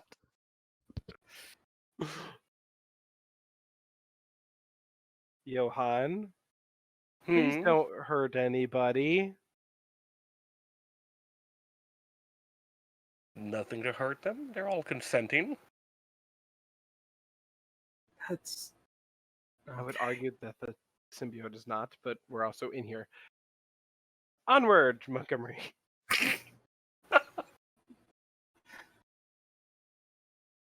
I mean, piloting at this point is fairly very easy. You're just following the bloodstream right to where you guys had planned originally, taking you to the thalamus. I'd say at this point, Montgomery, you have to make some decisions. You can take some more stress damage and continue as you were, or you can do like you were saying before and start shutting off like the Montgomery body and just communicating through the ship. How much stress would we take? Would be another 2 more? It'll be another 2. Yep. I'll take the 2. Tuzon, why don't you give me a command insight difficulty 1? Insight command. And you do have a focus. Woo. So there's Well, we one got a momentum for you. You noticed as you guys are piloting, like, so there's a montage of Serval and Montgomery working together piloting the ship. You've noticed just unusual behavior from Montgomery, like his head twitches a little sometimes. His hand, as he starts working on the controls, like his hand will like shake a little, or he'll miss some of the controls on the helm display. I'm taking note of it, but I'm not bringing it up yet.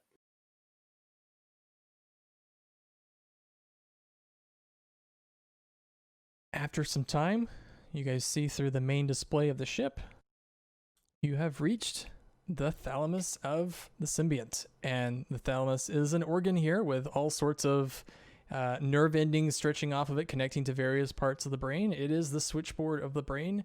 And unfortunately, those various little tendrils, just pick this one. Many of them have either been split or broken loose. And you guys have to repair those. Oh, good. Would you look at that? So we have to reconnect all of this to the node.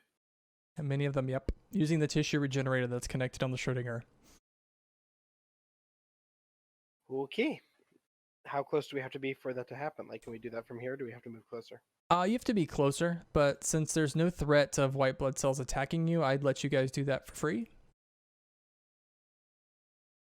Yep, let's move closer.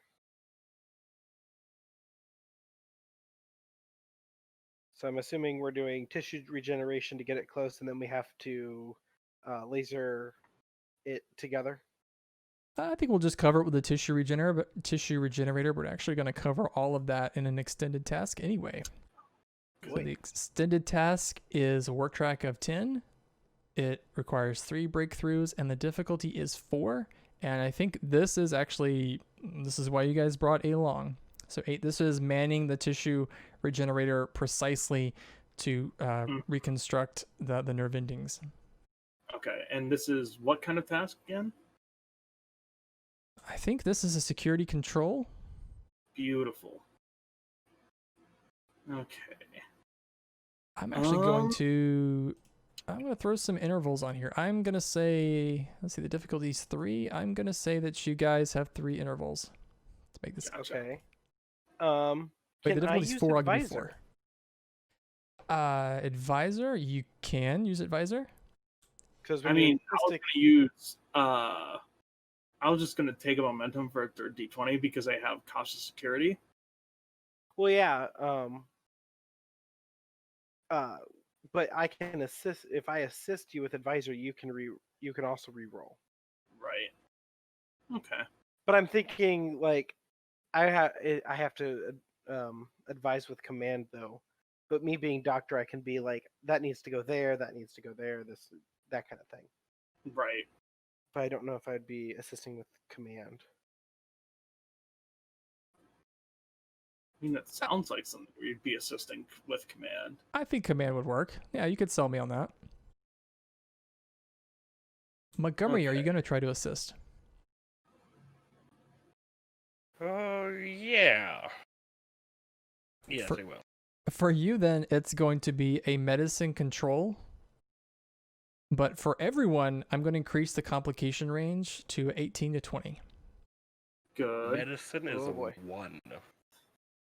Let's see. Gonna take that momentum for a third die. Tuzan, for you, I think it's probably a command presence. Here we go. With my last focus, precision targeting is a focus. Yeah, that works. I like that focus. I have an argument to make for my assist. Okay. Could I assist by maintaining the position of the ship so precisely to stave off any shifting or altering from the blood current? Yeah, I like that. Beautiful. Because I have a medicine of 1. The trade-off will be I'll make you take 2 stress again. Okay. So control con, helm operations, small craft, strategy and tactics. Helm operations, yeah, that makes sense. Alright. So we got 4 successes from Ryelix. I think anything you can give him will just be momentum at this point. Okay, let me change that to 8 of 13 real quick.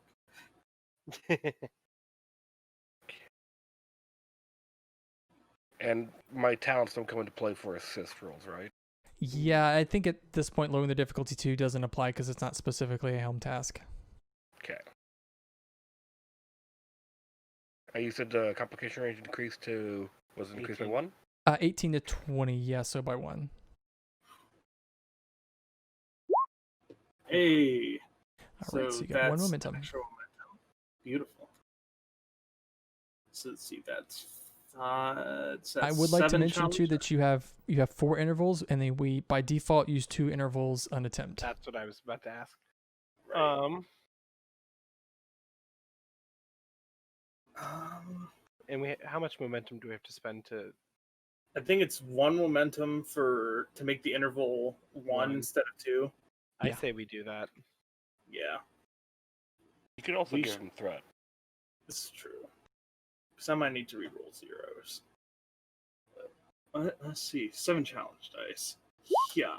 Oh boy. Are we allowed to give threat to reroll zeros? I believe so. I believe you can give me threat in the same way that you'd spend momentum. Let me open the chart. I've got it here. 1 second. Okay. Or we can just flavor it as we gave him a threat to decrease the interval and the momentum you reroll. Right. A reroll work, or sorry, Yeah, it's just phrased very funny. Reroll work you can cost 1 momentum, which could just be 1 threat to reroll any number of challenge dice. Okay, cool. I'll re-roll those 4 zeros then. So I'm getting a threat? Yes. Correct, sir. Well, Yeah. That was a very good spend. I am going to spend the maximum amount of threat that I'm allowed to, which is 4 threat to increase the resistance to 4. You. Aw. Just you. Could give him such a piercing. It's true. Because if we give him 1 threat, it would get it down to 2, which means we would hit 5 and get a breakthrough. It'd be 1 breakthrough, lower the difficulty down to a 3, and half the work track done. Yeah, let's do that.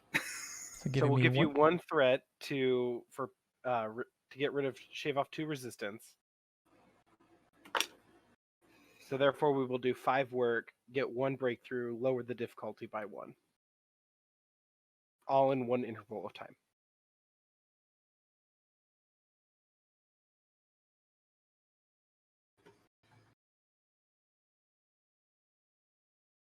So the unforeseen problem here is, as you're performing this operation 8, you notice that one of the nerve endings, as you're reconnecting it, it just like vaporizes. It just falls to pieces. And you're noticing these are incredibly brittle and damaged. You know, you guys aren't exactly sure what happened to Esri, but from your knowledge of security, she probably took a disruptor blast, which may have disrupted these nerve endings in the symbiont anyway. And many of them are just difficult to reattach because they're just coming apart. Fun. We're making progress, Captain, but some of these are seeming to vaporize in the same fashion that those white blood cells were. Which means the symbiote is not in good shape. We've got to get through this quickly.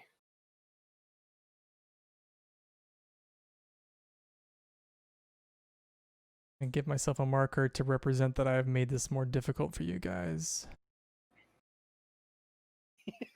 A ninja, because I ninja'd the resistance. Yeah, go you. If you hover over the icon and you press a number when you're hovering over the ninja, it'll actually give it a 4 select. What did I just do? There you go. Oh, cool. 4 ninjas. So you guys could repeat the same thing if you'd like to again. Again, Monty, if you want to do the same thing you're doing, that's going to cost you 2 stress. Okay. Trying to think if I could flavor using my other talent, which I don't think I have used in the entire time I've been Tucson. Oh, tell me which talent. Which is what? First response. Whenever you attempt a first aid task during combat, I wouldn't necessarily call this combat, but we are kind of fighting against time. You gain a bonus d20. Further, you can always succeed at cost with each complication you suffer, adding 1 Oh, that talent. of Yeah. healing the patient's injuries subsequently. Tucson, It seems like a vital thing to. I want to give you the chance to use this talent, which may never come up again with you as captain. So if you lead the task, I'll let you use the talent and I'll think of a way to make it work. But you would be the one leading the task. Could I roll for medicine instead of engineering? I was using security. Yeah, we were doing security. I mean, my security is a 3. It's not like it's that bad. But I think it would make you do security because with the benefit of first aid on top of a medicine roll, I think would be a little too powerful. But I think, yeah, security control, and then we'll lower the difficulty by 1 just on your success generation. So that doesn't actually lower it to a 2. Just for this roll, your difficulty is a 2. Well, and I gain a bonus d20. Oh, I thought it lowered the difficulty. Okay, we'll do the d20 then. Sorry. Whenever you attempt a first aid task during combat, you gain a bonus d20. Yeah, difficulty 3 then, yeah, and you get the bonus d20. But yeah, you're leading the charge with security control. Yeah, I'm thinking about burning my determination. I mean, this would be the like time for it. Yeah. With time comes experience. I like it. All right. Control And security. I shall assist with control security. So 3 coordinated effort, improvised procedure, surgery, survival. All those are good. Hey, yeah. Oh, Oh, 7 successes? 8.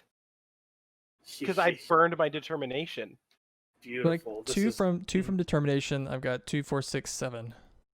Well, no, because 2, 2, 2. His 1 success, and I assist, so that's Oh, 8. the other one. Yep. That's 8. Yep. So 5 momentum there. And then we've Huzzah. got Monty's roll. Don't screw up, Monty.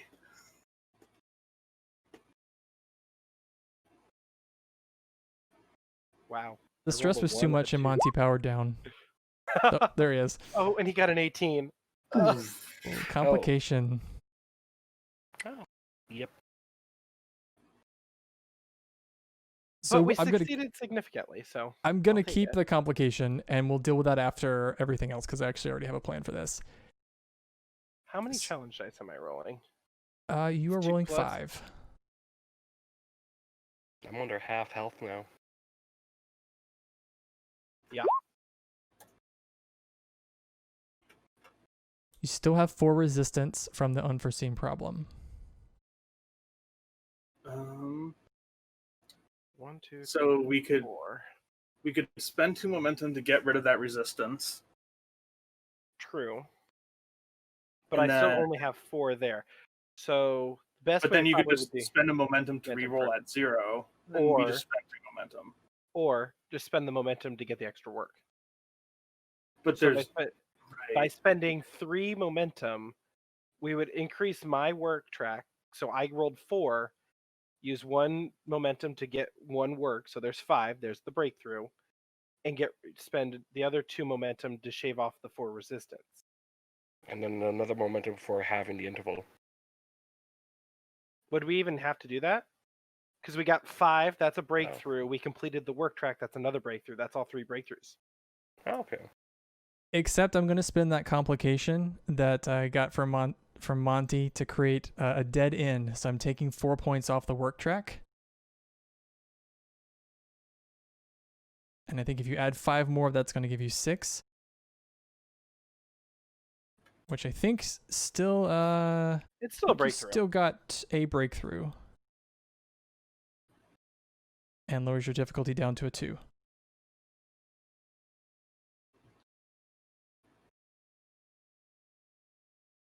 And we'll spend the momentum to half the interval.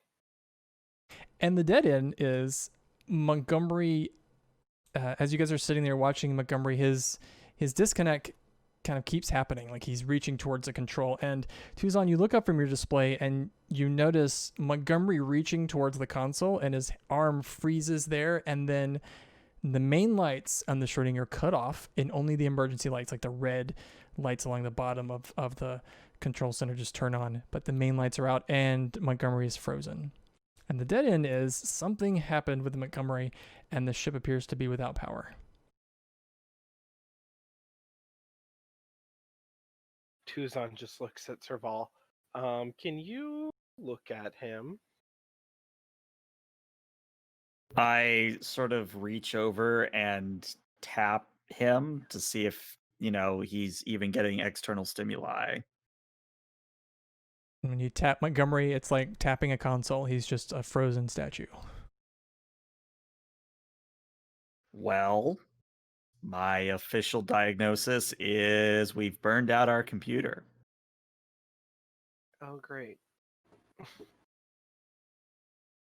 And I think Serval stands up and gets behind Monty and does the thing where you lift up the back part of the skull or the covering to show the positronic brain underneath.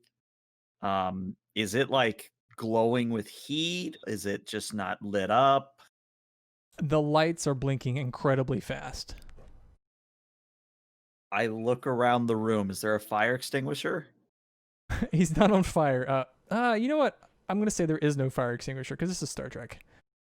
Well, here's my thought process, because if he is overclocking, a traditional way of lowering overclocking, because overclocking will get your temperatures up tremendously, but liquid nitrogen.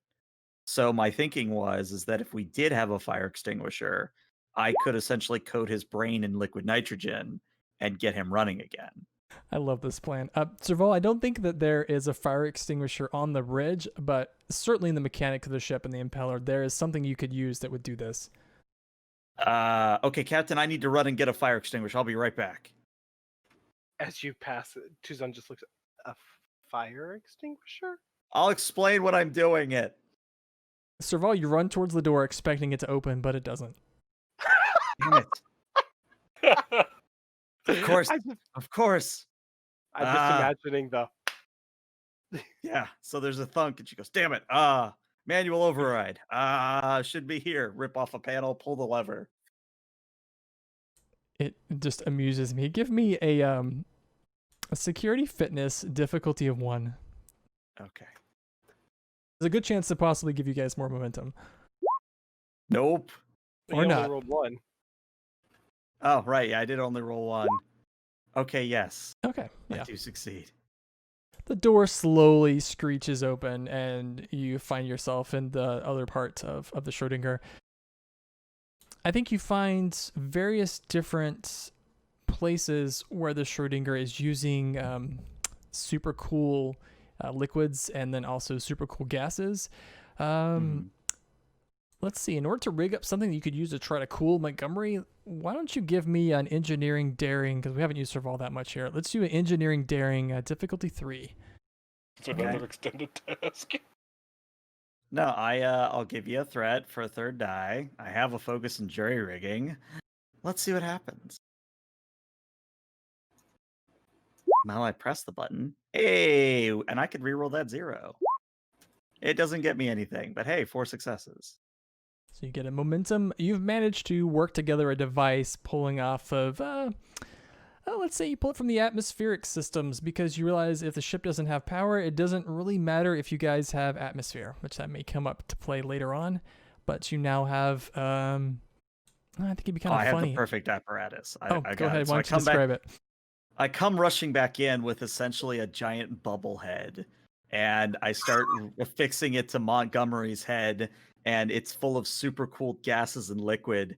And as I slip it over his head and sort of hook up the condensers, I sort of tap Montgomery and I go, okay, come on, this has to work. Otherwise, we're gonna die small, and I did not want to die today.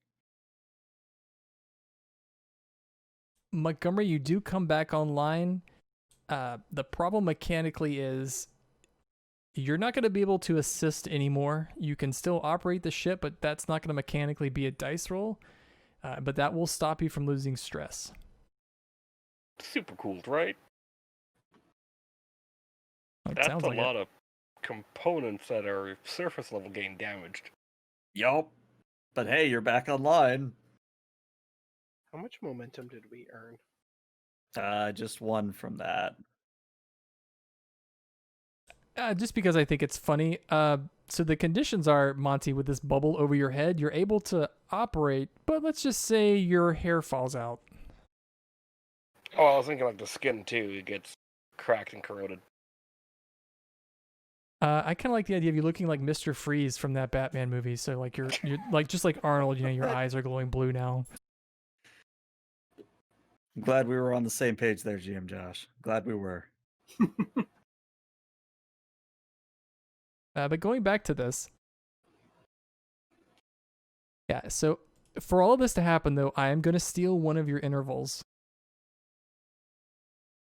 Which basically means you have 1 more attempt and you have to give me momentum to turn it down to half an interval in order for this to work.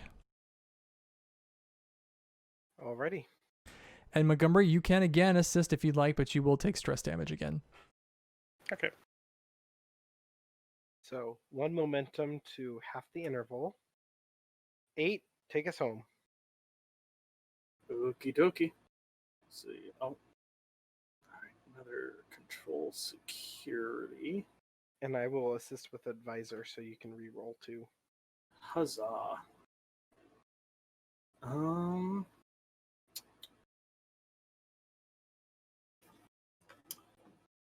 Let's see, the difficulty's only a 2. I shall. I can re-roll. I shall give you. I also have determination. This is true.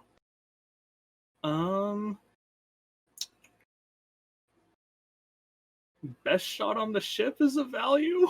Question mark. Yeah, it'll apply, sure. Hell yeah. Okay. So there's that. And then 2 dice, and I have precision targeting as a focus. So yeah. There we go. Beautiful, beautiful.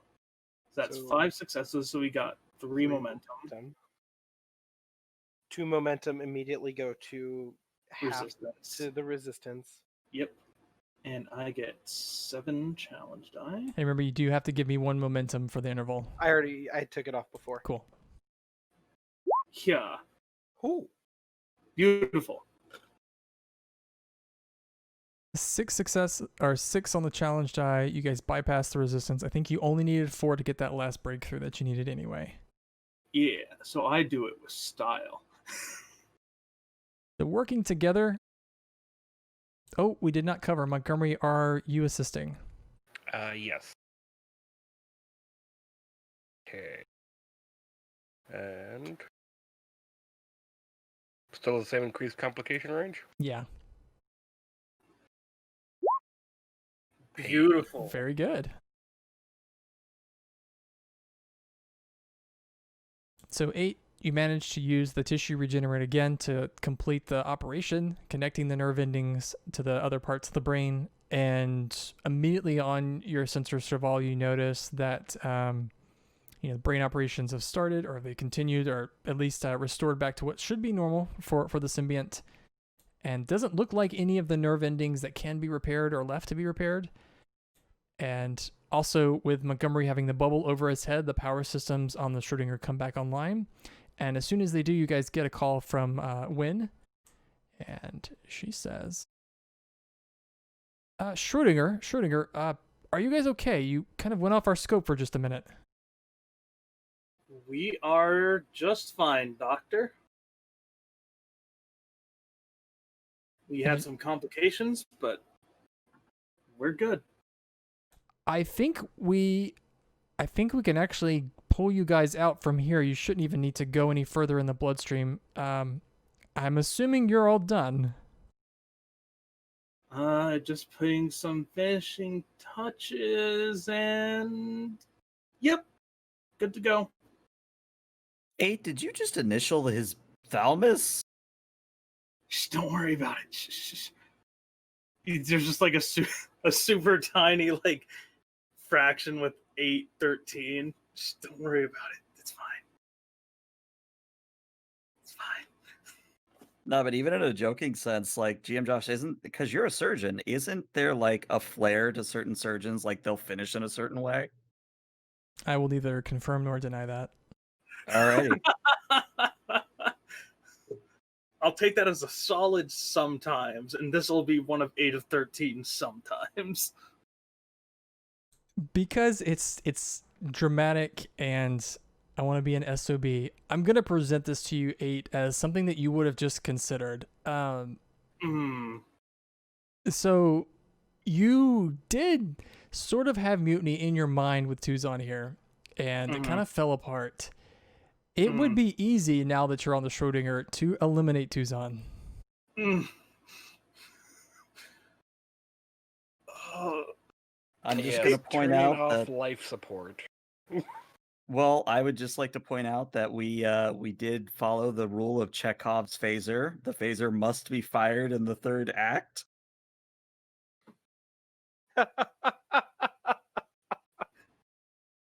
And I'm going to trigger one of your values to give you a determination. I think I know exactly which value you're triggering. Do what's right, even if it's against a superior. So you remember that Tuzon did eradicate that species. If you wanted to get even, now is your chance. Serval is not very good. Montgomery basically can't stand up, and Tuzon is focused on the mission. I can still see through the ship sensor.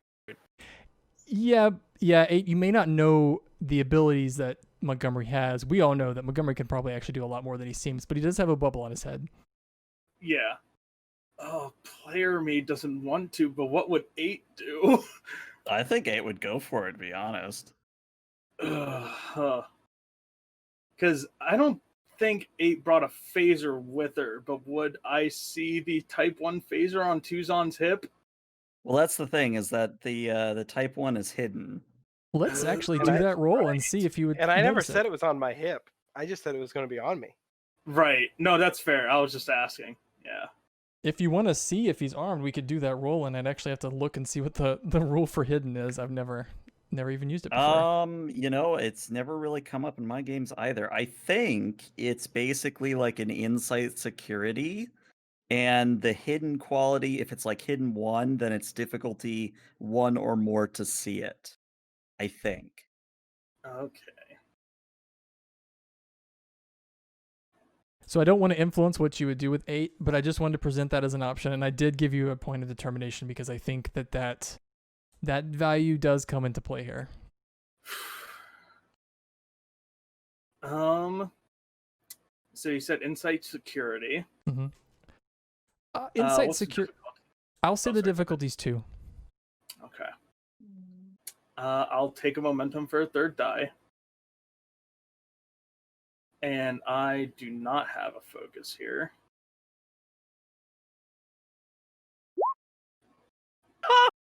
Oh, good. Nah, I don't see shit.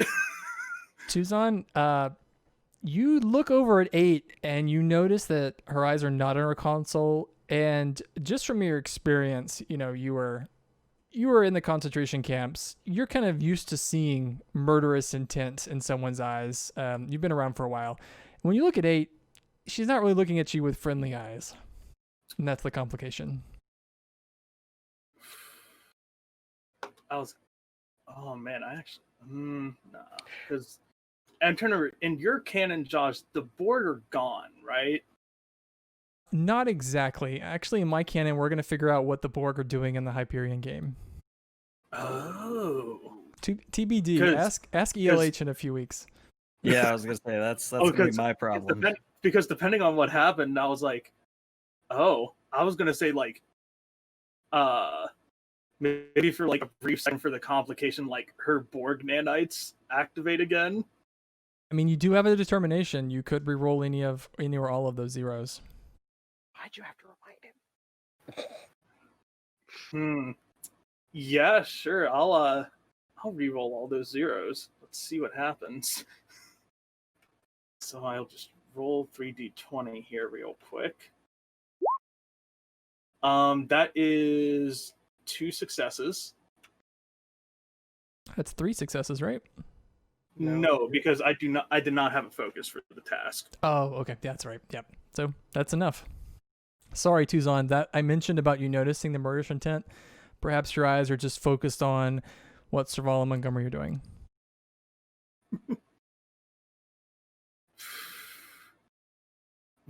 I guess my question to Scotty would be, where does Tuzon have the phaser on his person? In his shoe. Yeah.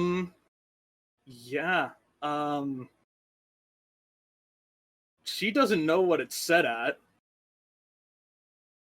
So she's just gonna grab the phaser, pull it, and shoot him. Oh, dang.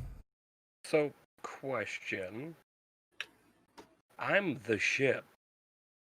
I have sensor. Biometric sensors. Can I read heart rate? I think so. This is one of those things where I don't want to say one person can do something and the others can't. So I think we're going to have to do a roll here. I think that's the only way to be fair. Okay, so what do you think it would be here?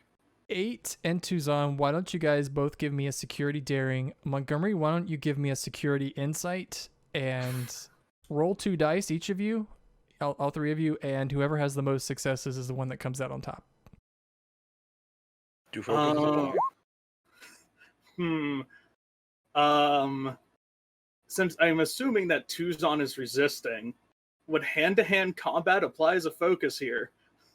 I took survival as a focus. I think all of you would have a focus. I think that's the only way to be fair. Actually, funny question. Could I third person myself? How so? I can't see out of my head right now because of the bubble, but I can still see myself on the bridge from a third person view. I mean, So the moment I see 13 move in a hostile manner, like, going for the weapon, if my roll works,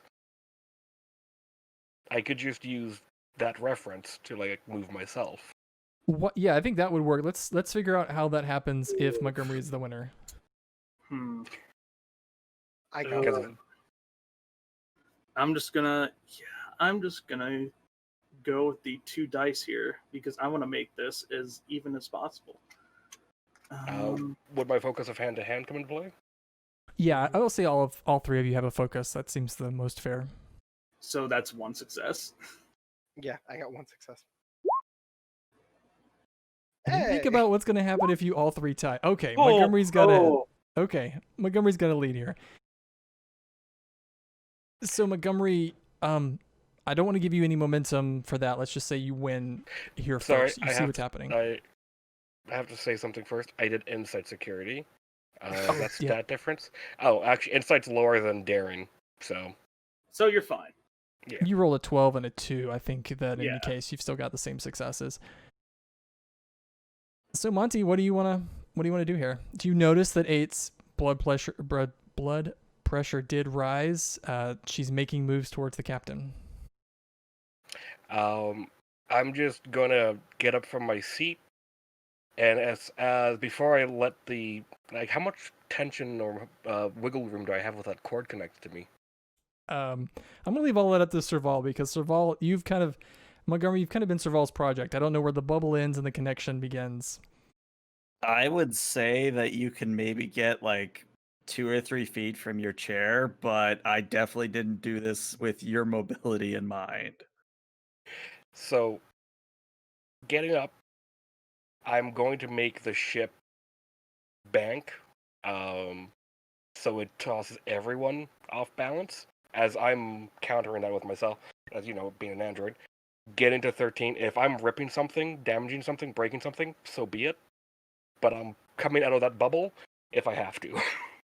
And I'm grabbing 13 by the wrist and just pulling her arm upwards. Not to rip it out, but just to aim it upwards if she is firing. I think to do this is going to be a con daring, and you do have a focus for this. Let's make it a difficulty 4, and I've got all this threat, so I'm going to make it a difficulty 5. Okay. Because I like to do it for the beans, you get 6 Why moments. would you do this? I'm probably not going to Because- walk away with any threat here, so give me the threat you want, but I'll probably spend it. Okay. So I'm rolling 5 dice. Are you going to For give the- me threat for 5 dice? Oh yes. Because you do have Enjoy. momentum you could use here. Oh, I know. I'm saving that for anyone else. Okay. They need- For the twos beans on is a this shit. Shizno thing. So you're giving me 6 threat? Yep. Mhm. Okay. Yeah. Oh, fuck. I like that. 7 successes because you weren't using determination, right? Yep. Okay, so you got 2 momentum. Describe for us what that's like for the people inside the Schrodinger. I imagine like Saval's looking at her constantly, like, yeah, we did awesome. Tuzon and 8 have their eye contact moment, and I'm picking up what's happening because heart rate monitoring. And then seeing the motion, and because androids are so quick, I immediately just get out of my seat. Once the tension of the cord for the bubble, gets too tight there, I'm just pulling. I'm ripping it, breaking it, whatever I'm doing to it. That's breaking, but at that moment, I'm also making the Schrodinger bank starboard, so that everyone's kind of shuffled about, and I'm using my own momentum and counterbalance to correct myself as I'm grabbing 8's arm and lifting it up just as she fires. So in all of that, Tuzon, you notice that 8 grabs the phaser from your boot. Immediately, Montgomery throws the ship and catches 8 and pulls her arm up and out of the way. But I'm going to I spend some assume threat I here. kind of fall over this way. The first complication is, Montgomery, as you pull yourself away from the console, the power in the Schrodinger goes out because you've disconnected yourself. Also, this banking maneuver, poor Serval, who was not having a good time already. Let's say, Serval, you fall out of your chair, and since Montgomery got 7 successes, you take 7 challenge dice worth of damage. Oh, And this is non-lethal. ow. I'm pretty sure I'm knocked out no matter what you roll. Please be okay. Be kind, dice. Who's rolling the challenge? I think you You need to, should. Montgomery. Oh no! And the best part is he still has threat, which means he can make you re-roll those dice. Yeah, let's maybe spend a threat to re-roll those zeros, please. Dick. I'm not saying that to you, I'm saying it to myself. I'm a dick for It's giving alright. you this. Hey, this is what I got to do with this threat. I was gonna say, this happens to you every time you do this. And I never learned. So that's 6 damage. I believe that's enough for an injury, first of all. Yeah, that's definitely enough for an injury. So I come flying on my seat, hit my head on the wall, and just go nighty-night.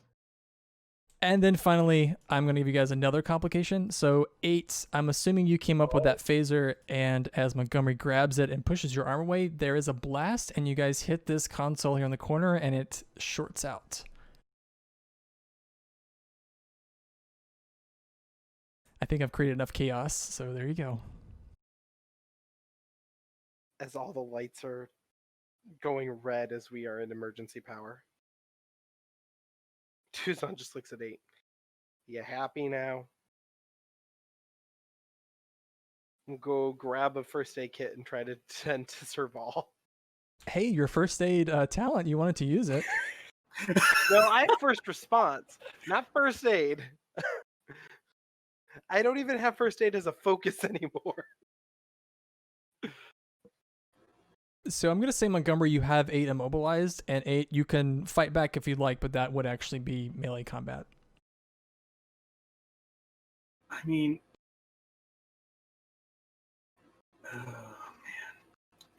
Do it. You know you want to.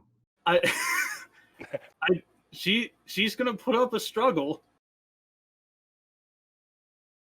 Let's switch into structured combat at this point, and I'm gonna say, because of the role that you guys, the competitive roles you guys did before, I'm gonna give 8 the first action, and then I'm gonna give Tucson, and then we're gonna go back around to Montgomery. So 8 and Montgomery, I think you guys are doing an opposed security daring. Yep. Oh boy. I'm gonna take 3 momentum for 2 extra dice.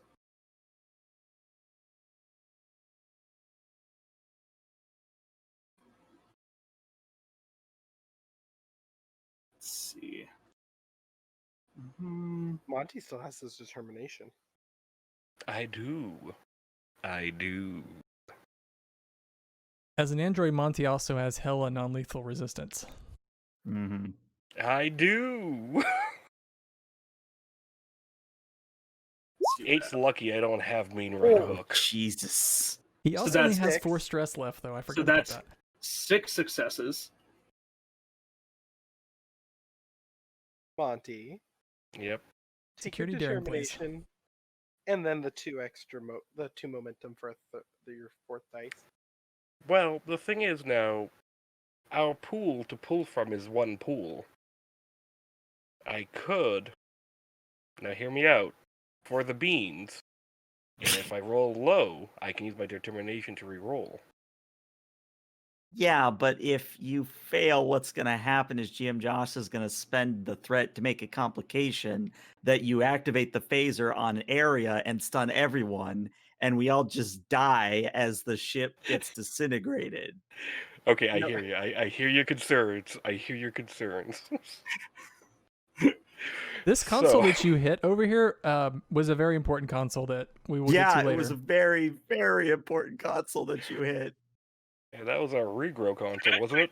Uh-huh. Yep. I didn't hit it. Monty made me hit it. Now, that would have happened if you didn't try to assassinate our captain. Okay. Do what your heart tells So- you, Shizno. Do what your heart tells you. Oh, my heart's an evil bastard, though. Chase your bliss, man. Just chase your bliss. Ignorance is bliss. Exactly. See, GM Josh likes to make these complications and these confrontations, and I think without the threat we produce for him, he can't really do it all the time. So, Yeah. Josh, I feel I- obligated when you give me threat that I have to spend it. I am the guy on the train that shovels the coal into the engine. For the beans. For the beans. Chaos reign. Blood for the blood god, skull for the skull For skull thrones. Yes. So that's 5 threat for GM Josh. Wouldn't it be 6 threat? Nah, because he's Sure. using determination. So, or are you using determination to reroll? I think I'm going to use it to reroll. Okay, then yes, it would be 6. 6 threat. Okay.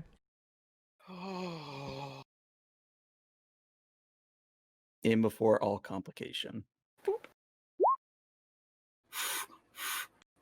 Hey, you used con, sir. Oh, I did. Why is Yeah, that getting not... security. I'm going to refresh my game, sorry. I don't think it would have mattered. Yeah, it wouldn't have mattered. Yeah. Yeah, 10, 5, 10, and 8. I'm having the same issues I had with that one bug Johan sheet, and I'm now worried about Monty's sheet. Okay. Well, your security is Security's also 4. a 4, so your con being a 4 doesn't change that. Yeah. Okay.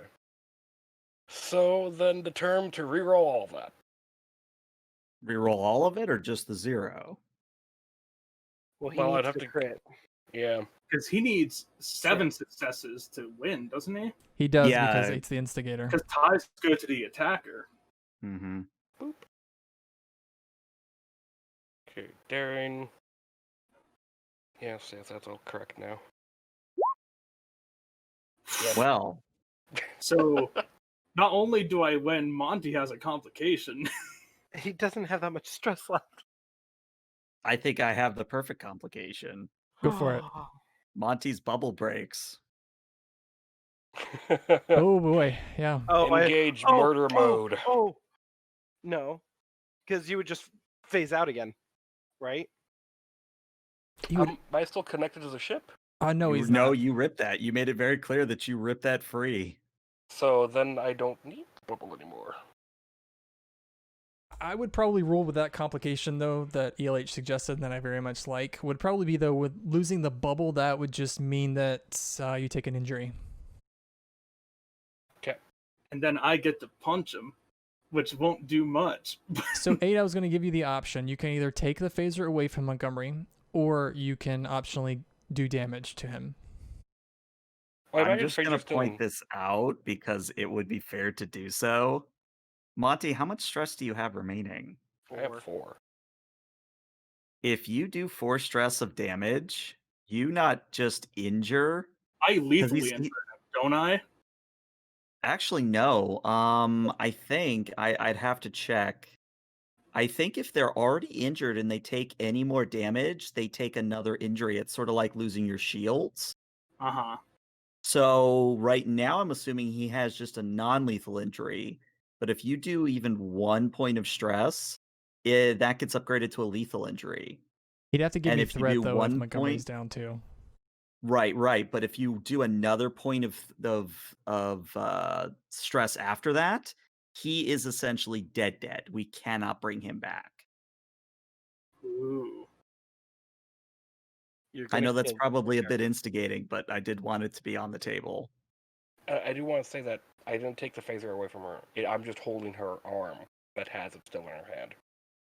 Well, I'll just say that maybe 8, you could either use the phaser or you could like punch Montgomery because you succeeded the task. You have the choice of doing one of those. Okay. I like the idea of him I'm gonna punch him. Okay. So Montgomery, with your complication, you do take an injury. So you could use momentum or threat to get around that injury if you'd like, but you did take an injury.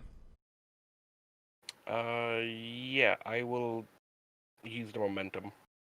That's How 2 much is it? momentum. That's the last of the Because- momentum. Because unarmed damage is 1 plus security, right? Yeah. Yep. And don't you have mean right hook? I do not with this character.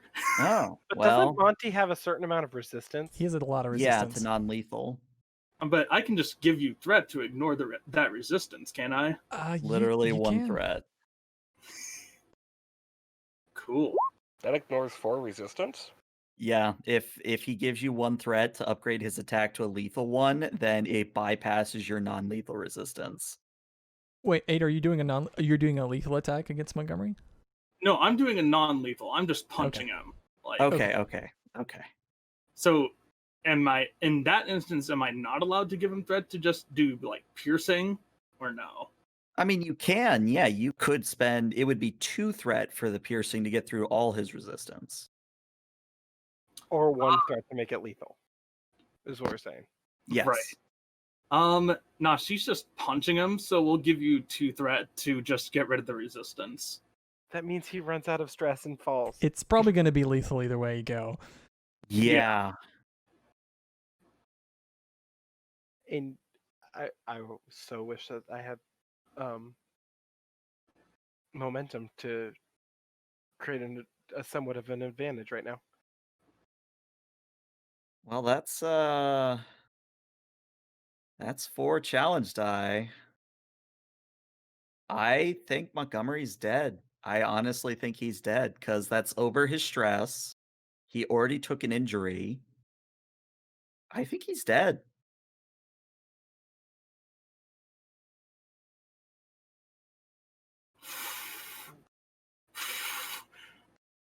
Oh God.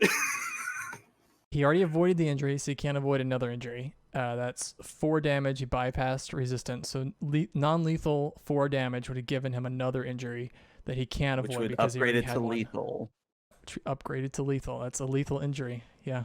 And then because the or the stress track is filled, 0. that upgrades the lethal to dead.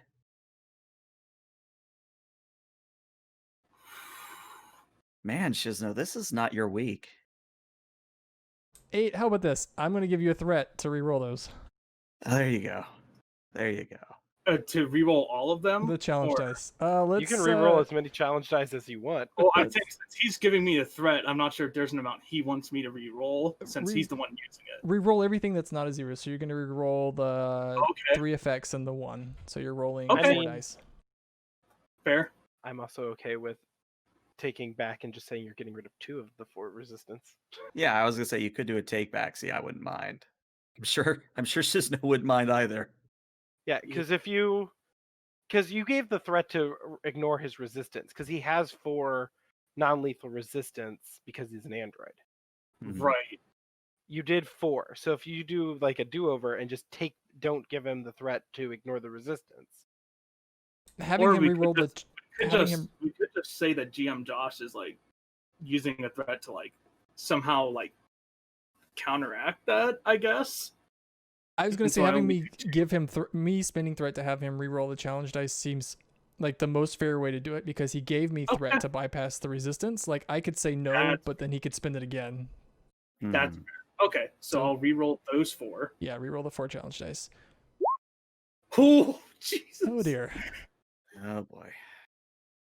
4 again. I mean, I guess the positive thing is he's an android, so technically with enough time we could maybe bring him back, but Yeah, I think the safe thing to do is to take Montgomery out of the scene. That seems to just be where we're going here. But let's move on to Tuzon. So Tuzon, as Montgomery and 8 are struggling, you do behind you, at the same time, hear the console explode. You see Serval fall over and hit her head on the side. What do you do here? Doctor mode's going to kick in and go. I'm going to try to assist Serval and not be knocked out. So there are all sorts of alarms that are being echoed through the Schrodinger. You don't have a medical kit, I don't think, nearby. Are you going to just try to do first aid on Serval? Sure. Which does engage the first response task, because when you do a first aid task during combat, you gain a bonus d20. It does. Let's see. I think the difficulty is normally a 2. I think it's going to be 3 because of difficult conditions, and I'm going to spend 2 threats, make it a 4. Oof. Um, And you do daring have a medicine, focus. I'm assuming. Oh, okay. A third. Would it be a threat for a third die or a 2 threat? Because I get a bonus. 2. I'm just going to roll the 3 and hope for the best. I didn't hope hard enough. You can succeed at cost. That's true. I do it. Yeah. Furthermore, you may always succeed at cost. The complication here is you've completely turned your back on 8. Oh, I am aware. Completely disregarding what is going on with Monty and 8, and you're just focused on helping Serval. You think that, she's just got a minor concussion. She's got some bleeding. You need to use a tissue regenerator over a part of her head. You can probably bring her back. Actually, I'll say, Serval, that at the end of the scene, you'll be up and fine. But since he did not succeed, that you're not back on your feet. That moves it back to 8. I think, Montgomery, what we're saying here is that you're just incapacitated or damaged in such a way that takes you also out of the scene. Can I give you 2 threat to create an advantage? Yes, you can. Can the advantage be Montgomery falls on 8 and pins her? No, that's a seems little too much. Yeah. Because, my thing is he's holding you. You Right, punch him. I would be quick enough to step back though. But he still has you grappled. No, he's literally holding me by one arm. It wouldn't be that hard to get out of the way.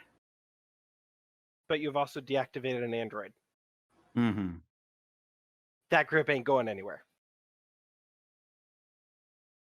I'll let you give me threat to create a complication on 8 that 8 is not immobilized but is not moved. Like Montgomery was successful in just keeping 8 in the same place.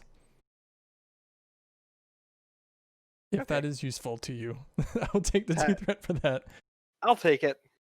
At this point, I'll take what I can get.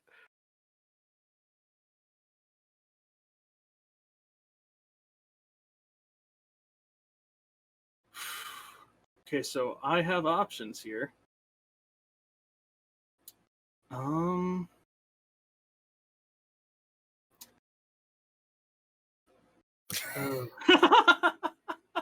jeez. At first, I got really worried that I just made Shizno super upset, and that's why he stepped away. Oh, I was super worried. I'm just gonna point out the fact that this is the second time you've done this. I mean, do I need to? No, I'm right. I mean, this is another Cardassian, basically. Yeah, Josh tried to save you, man. Just the dice didn't work in your favor.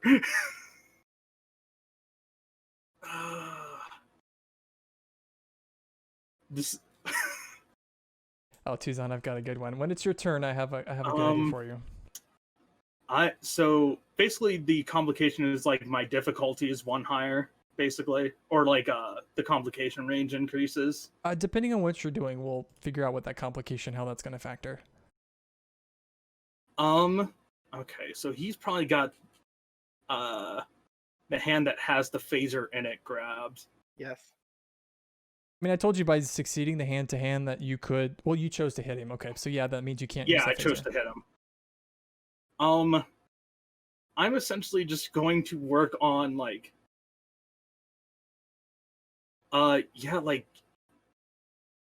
getting my grip free so I can get the phaser.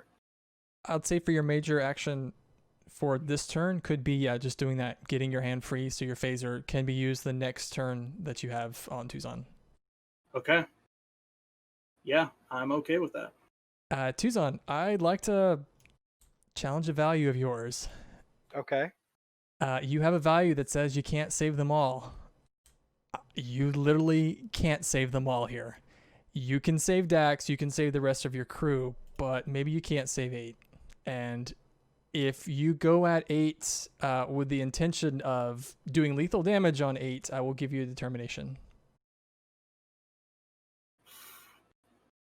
I have another suggestion, GM Josh.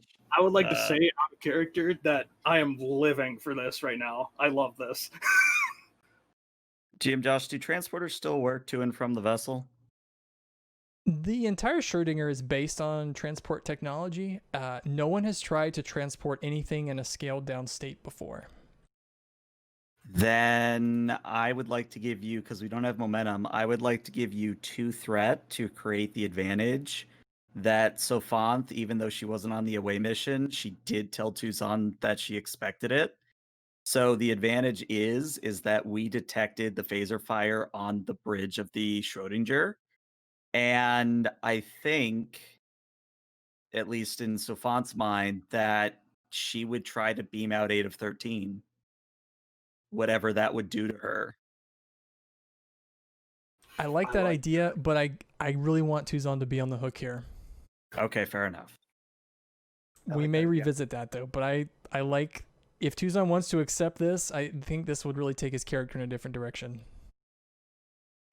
It would. But I have to do it lethal damage. Mm-hmm. Yep. I don't even. How would I even do lethal damage? Well, there Well, are all sorts of mechanical ways to do this. You can punch me real hard. Okay, my security's a 3. Let's be real here. um.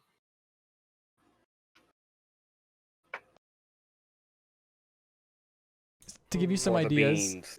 to give you some Give idea, the beans. to give you some idea, ELH's idea of transporting 8 could be done from inside the Schrodinger. There's also options of like overloading consoles. There's a lot Tuzan can do without having a phaser in his hand. Isn't Well, the ship if without a computer? Yeah, I was Yes. gonna say the computer's gone, and you did say everything turned off again. So I mean, I would let you, if you come up with a solution, it would be high difficulty. It's not going to be an easy difficulty, and that's kind of why I'm giving you determination. But there is probably a creative solution here that could take 8 out without using hand to hand. My problem is I have you can't save them all, but I also have everyone has a purpose. But the Well, the their value purpose I'm is to going die. after is that you can't save everyone, and if you want to play that value to its furthest, yeah, you can't save 8.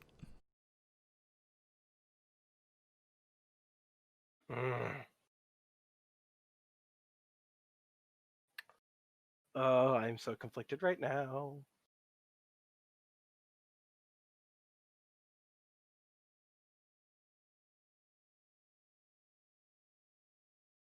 Oh. The computer's out, so we wouldn't be able to overload a console, would we? Tuzan's a smart guy. My engineering's a 1. I'm gonna ask just for like my theater of the mind stuff. Is 8 free of Montgomery's grip and now has the phaser in hand? I think since you spent an entire turn doing just that thing, that would override the complication that Tuzan made of keeping you in place. So you probably are free, and you have a phaser now. Okay, gotcha. Just making sure. So Tuzan, as you look up, you do notice the console here that was very important, that was shot by a phaser, is sparking. And, even though the ship is without power, Star Trek things blow up all the time.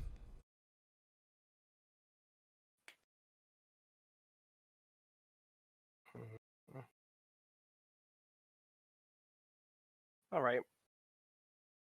I'll barrel roll to try to get behind the console. I'm just going to duck for cover, perhaps. Mm-hmm. Trying to lure 8 over here. So I think this console, if you want to completely hide behind it, I think it's going to give you, that's like 3 challenge dice of resistance. I'll take that. If 8 hits you, but then the damage is mitigated by that resistance, that means she actually hit this console and drove it even more on the path of destruction. Well, I was thinking about going over and trying to short circuit it. Okay. Like ducking behind it so that I can utilize the power. So I think just moving behind it is just a minor. So you could do something to it if you'd like, still in this turn.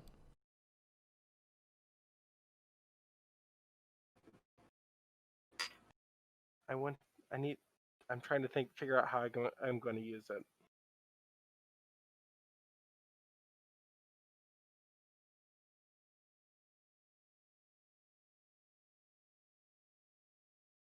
Since it's the only thing that has power, yeah, I'm going to try to overload it. Okay. And you do have a determination, since, like I said, whatever you're going to do here against Ada is going to be lethal. Yeah, I'm going to try to overload it and like direct the blast at her. Okay. That is probably an engineering daring, in this situation, probably a difficulty of 3. Mm-hmm. All right, I'm going to burn that determination for quick on my feet because that works here.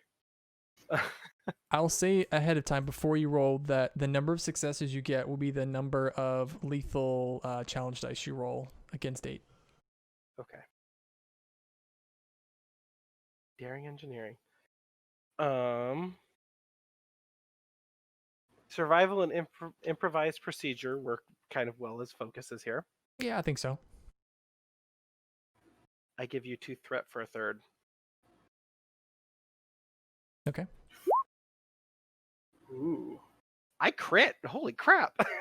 That's 5. Look at you go. 5 successes. Okay, that's the number of challenge dice you're rolling. That's lethal damage.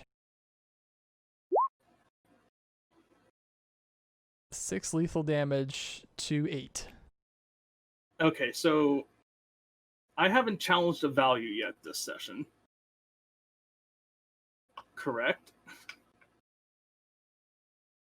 Because I can I use don't recall you doing so, no. because you can use determination to avoid an injury, but wait, can you do that on lethal injuries? You can do it on lethal injury, but determination is one of those quote-unquote trap options, because if you take any form of injury from that point forward, you're dead. Right. It's different from avoiding an injury because you don't actually avoid the injury. You just don't take the... It's like you're pushing through it, basically. Yeah, you don't Correct. take the penalties, but you still have the injury. Right, that makes sense. Okay. I'm going to challenge 8 of 13's value of help everyone, even those you don't know, to get a determination back. And I will use determination for the value of do what's right, even if it's going against a superior, to avoid that injury. Okay. Yeah, so you're not avoiding the injury, you're kind of ignoring the injury, but you still take the stress damage. Yep. All that happens. So you do take 6 stress.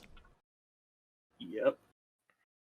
All right, so that's 1, 2, 3. So Tucson, what happens is you grab one of the power relays that's sparking off the console from the phaser blast, and you hold it in the air, and it creates an arc of electricity across, and it strikes 8 in the chest, and that would normally take down a person and probably kill them, but somehow 8 is still on her feet.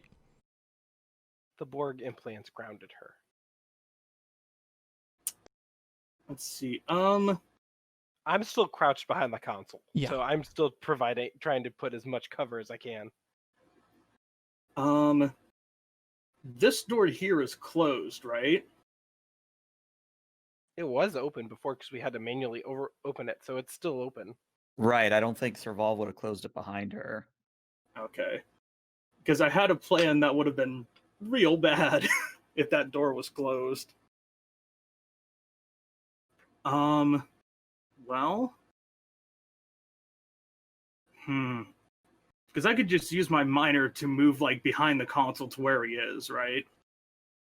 Yeah, you could move so he's in point blank range. Okay, I'll do that. What do I have to do like a swift action to like block it? That would have had to have been on your turn. Yeah, it would have been, you would have had to do a 2 momentum, 2 threat spend for an additional action. And I will give you a threat to do an extra minor action to charge for Vicious 1.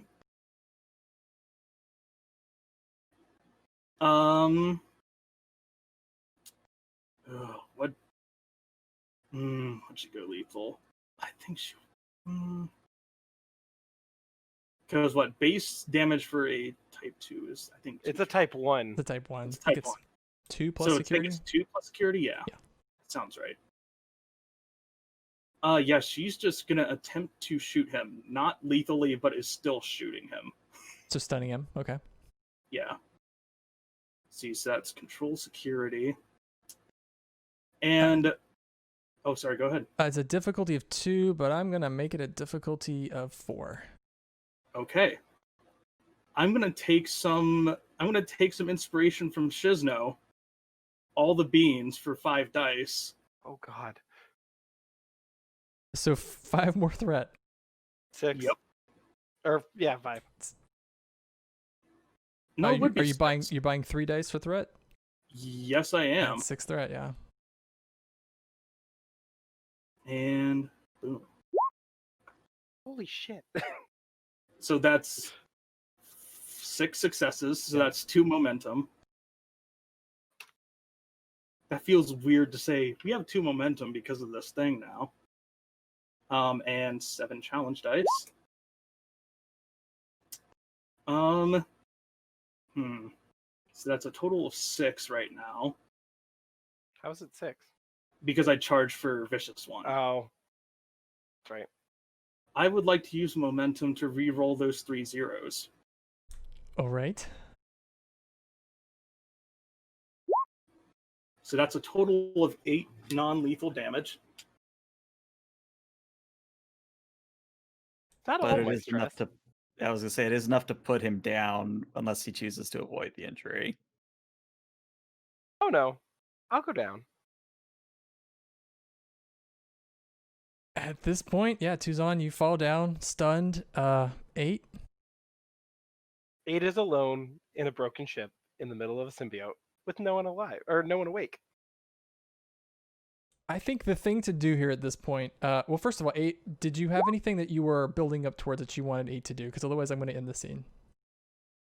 Am I allowed to set it on like a phaser on like a timer to overload? Yeah, you can do that.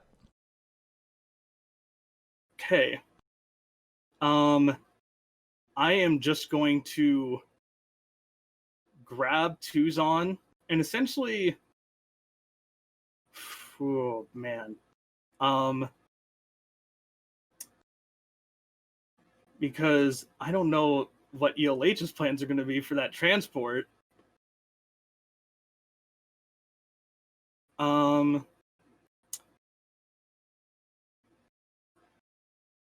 Yeah, I'm just gonna put that phaser on like a good about. Let's give it like a 2-minute timer, and I'm basically just gonna set it on Tuzan's torso and just lay myself on top of him. So like a death cuddle. Mm-hmm. Basically, yeah. All right. And she will have her hand on the whatever button she would need to push if she gets transported out with Tuzan, or if her by herself to just set it off. Literally a dead man switch. Pretty much. So I believe I'm going to use, I believe it's 8 threat to end the scene. Or is it 6 threat? Mhm. I think it's 8. It's 1 per character, so 8. Yeah, 8. Or 2 per character, so yeah, 8.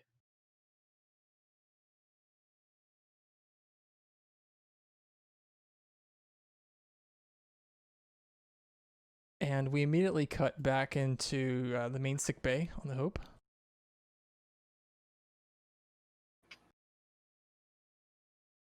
And Sophanth, you and Dr. Chatta have been monitoring progress. Actually, Dr. Chatta called you back down to sick bay when things started going a little sideways on her monitor. And as you've entered sick bay, she looks a little frantic. She's got a tricorder and a pad, and she quickly advances over to you and she says, Commander, this is really odd.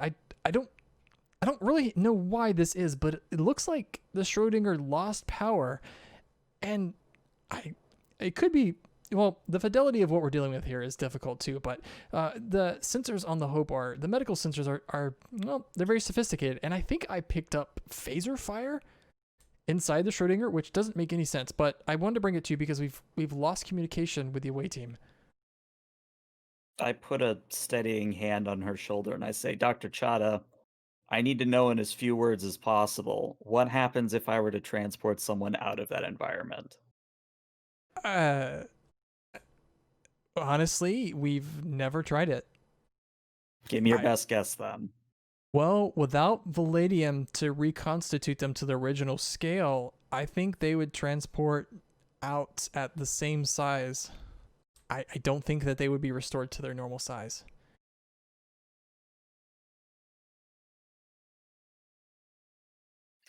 Savant removes the hand, paces a bit, You have 2 pauses. minutes. Yeah, as I say, pauses.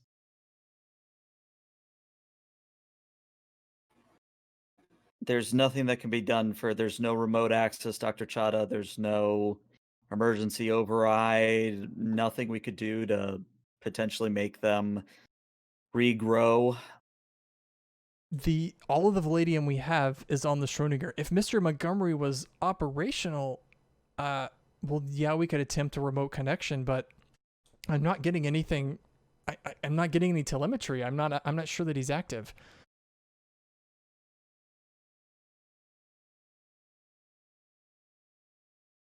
I don't like being right like this. I also don't like the fact that I saw this coming and deliberately didn't go because I wanted to believe in giving Aid another chance. And in doing so, I'm now going to be responsible for the deaths of 4 crewmen. Dr. Chada, see if you can get the Schrodinger out. We will be attempting a beam out of the captain. Chada says, should I tell them to stop the surgery because they've already started putting that symbiote in Mr. TM? No, the surgery should continue as it is. We just need to get the Schrodinger out of the body before life support on it fails completely. So is your intention to transport the ship with a transporter or the individuals inside the ship? I was hoping for the former, but the latter's also a good idea. I mean, your best bet is to transport the inhabitants. If we transport the entire Schrodinger, I don't know what would happen. Well, Doctor, unless you start giving me good options, my other alternative is letting them all die. So I'll take even a supposition at this point. Commander, my idea is whomever we beam off of that ship is probably going to die anyway.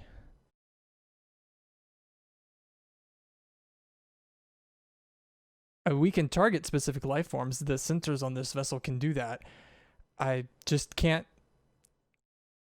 Well, there's so many factors in play. One of them is a pressure change. So once we beam them into this environment, even in a containment system, I don't even know if the transporter can reconstitute their molecules scaled in that way. I can't say that anyone we beam off of that ship is going to come back.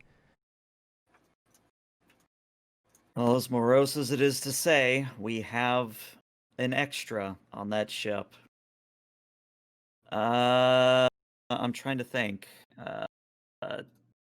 Who do we have as transporters? Monday transporters? No, Monday's shuttlecraft and fabrication. Is Logan's transporters? No. Josh, this is probably edging on that 2-minute timer, right? I'm gonna say Sophanth, because this is the game I've been playing this whole mission. You don't have time to call someone. You're gonna have to do this yourself. Alrighty, then I'm gonna go over to a console and I'm gonna attempt to beam out Serval first. If you beam out, yeah, you're gonna try to beam out Serval. I'd say in the few minutes you have, you don't know this, Sophanth, but you could probably beam 2 people before that phaser goes off. Well, my thinking is that Serval is the test subject. If she turns into a pile of goo, then transporting isn't going to work. I would like to say, Josh, if that transport is successful, 8's pushing the button. Again, I don't know it, so there's nothing I can do about that. But standard transporter. So I'm not in the transporter room, so I don't get help there. The target isn't on a transporter pad, so that's +1. The target I'm beaming them to isn't a transporter pad. That's another +1. That means my difficulty, if I remember correctly, is a 4. The Hope does not have advanced sensors, so no help there. But if someone could get the ship's sensors engineering for me. I'd say that with the advanced sickbay, since you're in sickbay, we'll apply that advantage, the sickbay advantage to you in this case. I'd say your base difficulty is going to be a 3, but I've got 5 threat. I'm going to make it a 4. Okay.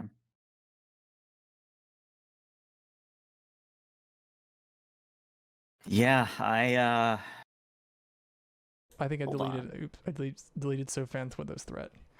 Oh no, Sopham's dead too. There she goes. hold on.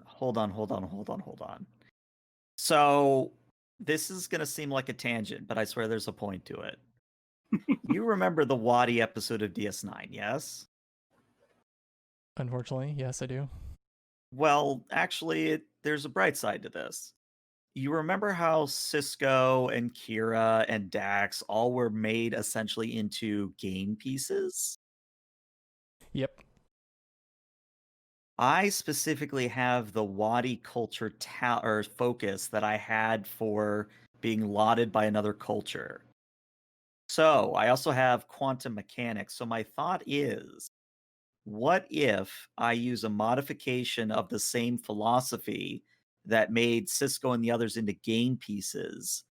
What if I use that sort of technology to get everybody out of there back to their normal size?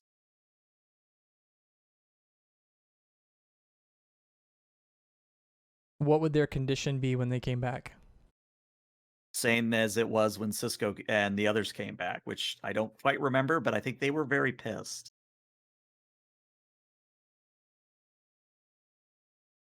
I'll make an exchange for you.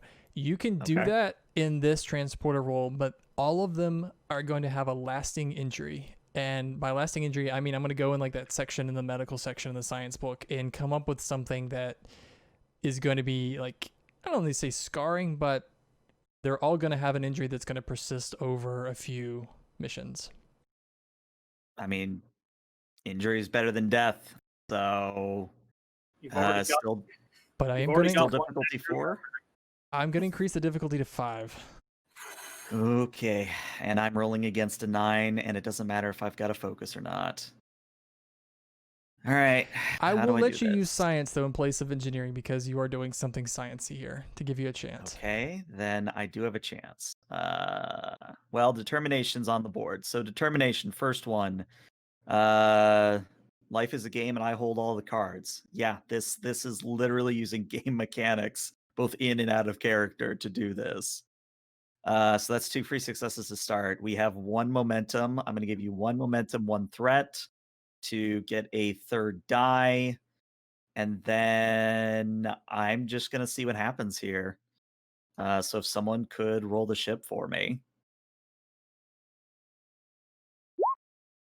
Ooh. Eh, I think the ship has to crit Yeah, here. The ship has to crit.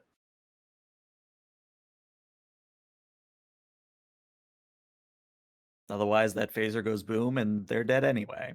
What's the ship rolling? Sensors engineering. Ship has to crit. I mean, it's shooting up for an 11. Oh, It has a 1 in engineering. No, not enough. I got a 3. Can you Not challenge a enough. value? Can you challenge a value to reroll your 2 zeros? I mean, that's what I'm looking at here. The problem is that none of my values would really be challenged by this situation. I mean, if anything, the values would affect her negatively for failing, but I don't like. I mean, Jim, Josh, feel free to throw an idea at my way, but I'm not seeing a way that I can challenge anything that I have in this situation. I've actually got an idea. You can save 1 person, and I'll give you determination. That'll alter your roll here, so you're only saving 1 person, which means the rest of the Mhm. people here will die. That'll give you a determination, and that will also challenge your value life as a game, and I hold all the cards, because in this case, you realize you don't hold the cards. You are not in control of the situation. If you were, you'd normally be able to rescue everyone, and to even further compound this situation, you can rescue one person, but you're pretty sure the Dax symbiont is going to die, which means TM is also probably going to die. But you can save one person on the away team. But the trade-off is that we lose Dax.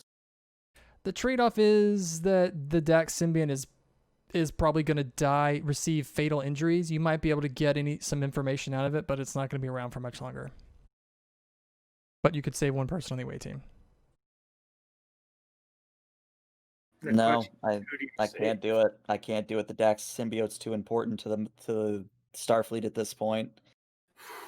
I think what I have to do then, and this is probably more of a complication thing, but I think what I have to do is, instead of beaming, like I see the transport just isn't working, I think Sophant sort of sighs, hangs her head a little bit, and changes the transport to be the entire Schrodinger, and I'm just beaming them straight out into space.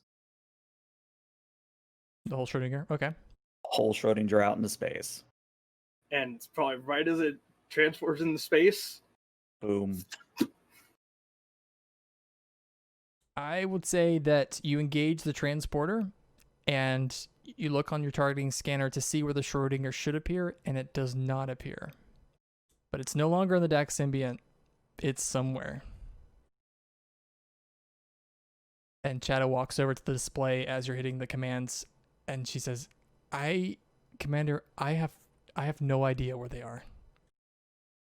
Well, you're going to find them, because you are going to be chief in importance in writing the report why the captain was killed. She says, Commander, I told you we've never beamed that ship before. This is quantum physics on a level that I can't even comprehend. We're talking about reconstituting molecules that exist in a pocket dimension. I don't even know where they are. I can't even... I'll look at the sensor logs, but this is incredible.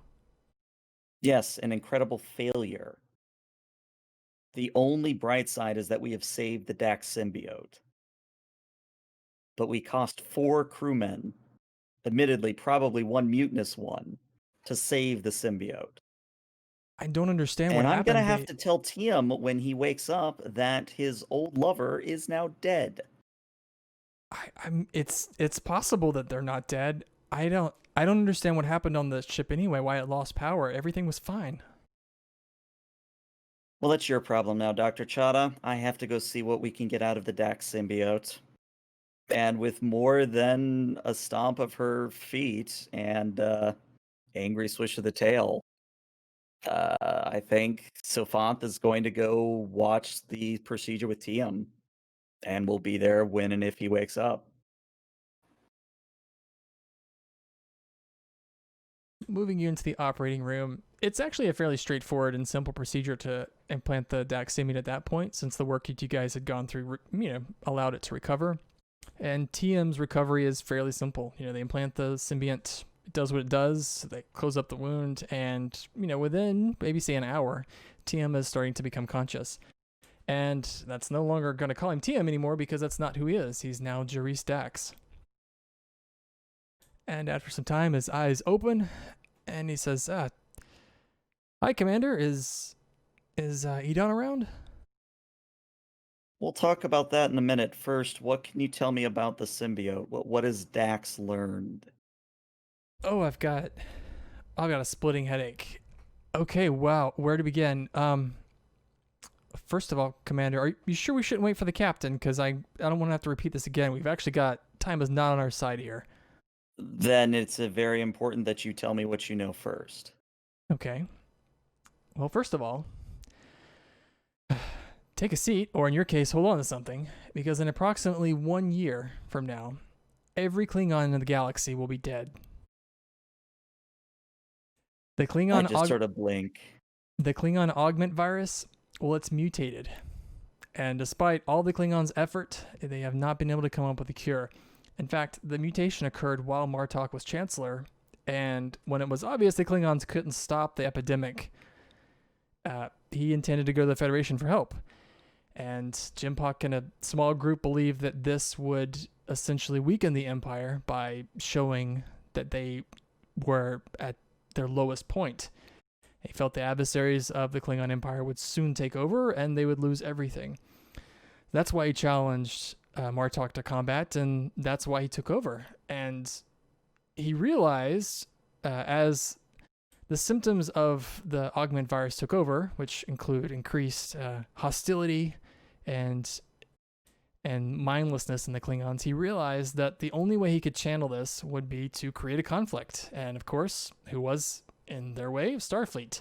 I think he was hoping that he would find the cure or at least buy some time, but this thing has kind of taken a life on its own. But yeah, it's the reason for the war, the augment virus. And many of the Klingons have started to realize that their time is up, which I think is why we've seen so many, such an uptick in their aggressive tactics and suicidal combat behavior, is because, well, Commander, they're dying. And they all know it. This is their last glorious combat. In fact, the Chancellor himself, he's left Kronos, and he and the High Council have traveled to Narinder 3 to oversee the conquering of the Algernon sector. Anything else I should know, Dax? I tried to get a sample. Well, sorry, Esri. Tried to get a sample of Klingon DNA in order so we could study, or Klingon blood, so we could study what's going on with the virus, how the mutation has actually affected them. But Esri wasn't able to make it out.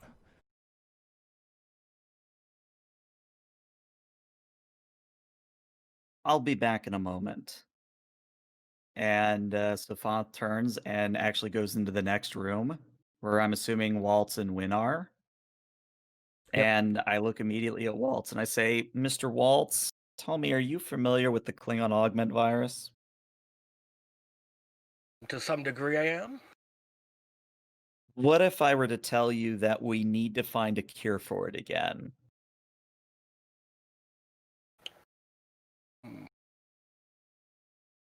Not possible. You'd need to make a whole new virus. A virus to defeat a virus. Yes. Could you do it? Off the books and off the record. It'd be unethical. Horrible and dangerous to experiment upon. I can't just whip something up and assume it would work. What if I were to tell you that the Federation would sanction whatever research you would need to do? Oh, I know they would. They want to end this war. I used to work for intelligence, after all. Then you perhaps misunderstand me. I don't want to harm the Klingons. I want to save them. Oh, no, I fully understand what you want to do. But there will be many that will be harmed. They will either grotesquely want to die, or they will die. Are you okay with that? I am. Not my first Perhaps I time. should come clean. If we don't do anything and we just let the Klingon augment virus continue to fester, then all Klingons are dead. So I would prefer an option that saves some of them. Well, I'll need a few test subjects. It would be good to distance from identifying them. Don't want to get attached. I'll talk to Starfleet. In the meantime, set up a lab. I don't care which one you take. Pick a lab, get it set up. I'll talk to the admirals. He'll look to Nurse Wynn. He's like, how do you feel about unethical experimentations? Well, I don't know what you're proposing here, Doctor. Commander, I just dawned on me.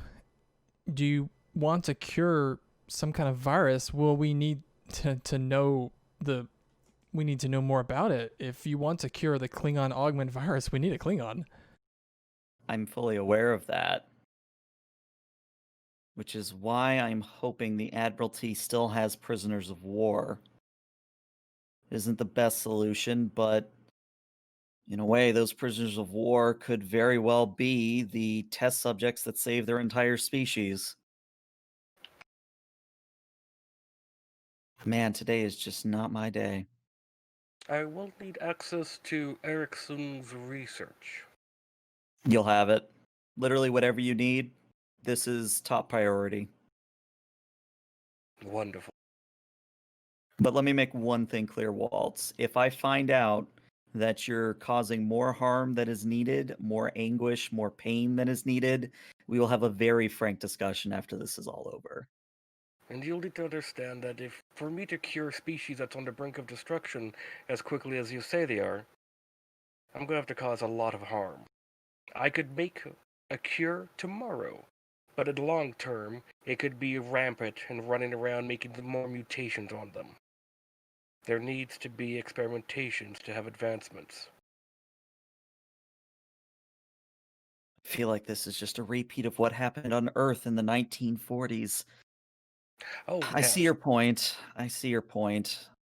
Just for the sake of my sanity, don't include any of this in your reports. Just tell me how the research is going. As I've been instructed to do by many other superior officers within Starfleet. We thank you for your sacrifice. Oh, I sleep wonderfully with a lot of drugs. And at that, Sophanth, I think, leaves the room and goes back to see Dax. And Dax is working on getting to his feet. And as you walk in, he says, you know, Commander, I'd really like to catch up with the captain. You're going to want to sit down. All right. Well, I promise you, your medical physicians have done quite a good job here. I feel fine. No, a little you really weird, want to but... sit down. All right. And he takes a seat. The captain is dead. Did something go wrong on the Schrodinger? What happened, as I suspected it did, yes, 8 of 13 attempted a mutiny, and as a result, it was either saving you and the Dax symbiote or saving one of the people on the Schrodinger. I chose you. Because the information you just gave me may save an entire species. And I'm going to have to live with that choice for the rest of my career. Dax, he lowers his head, and you see a tears start to form in his eyes, and he says, that's not fair. None of this is fair. If you don't mind, I'd like to see the records to know what happened. You'll have them. Well, let me know if I can give you more information, Commander. If you don't mind, I'd appreciate some alone time. I've got quite a lot to process. I go to one of the side panels in the room and open it up and take out a pad, because I just like to imagine we find pads and panels. Hand him a pad and say, when you can collect yourself, give me everything that Dax knows in written form so that I can forward it on to Starfleet, but take the time you need. And he takes the And pad then, and just nods. I leave. But I do snag Nurse Wynn on the way out. Can I say, Nurse Wynn, please have a psychological team monitoring Mr. Dax 24/7. I want to make sure he doesn't do anything rash after hearing the death of the captain. I understand, Commander. It's a good idea anyway. After a symbiote joining of this kind, it is very much off the books, and I don't think that Mr. TM was trained for this sort of thing anyway. Right. Well, I have to go talk to Starfleet Admiralty now. Probably gonna get demoted to an ensign. And, just sort of shaking her head, she's gonna head to, I guess, now her ready room. And as you walk away, Sophanth, we actually transition back to the cockpit of the Schrodinger. All of the lights are out, of course, in the Schrodinger. Actually, I'd say Serval, you've managed to pull yourself up. And you notice a strange sight. So Tuzon is off in the corner, obviously injured. 8 is also off in the corner, injured. No one is moving except for you. You see Montgomery also kind of in a pile, like over here.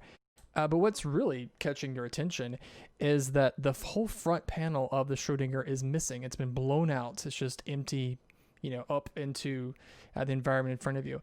And you appear to be on a planet, a ruined planet, in fact. Looks like you're in the middle of a city, a large city, and you just see ruins. And there is one computer console on the ship that is blinking something. But the planet you're on is just completely desolate. I guess I go over to the console and see what the computer is saying. Well, the console has 2 very important pieces of information. First of all, it says that you're on New York City, on Earth. And it says the year is 3005.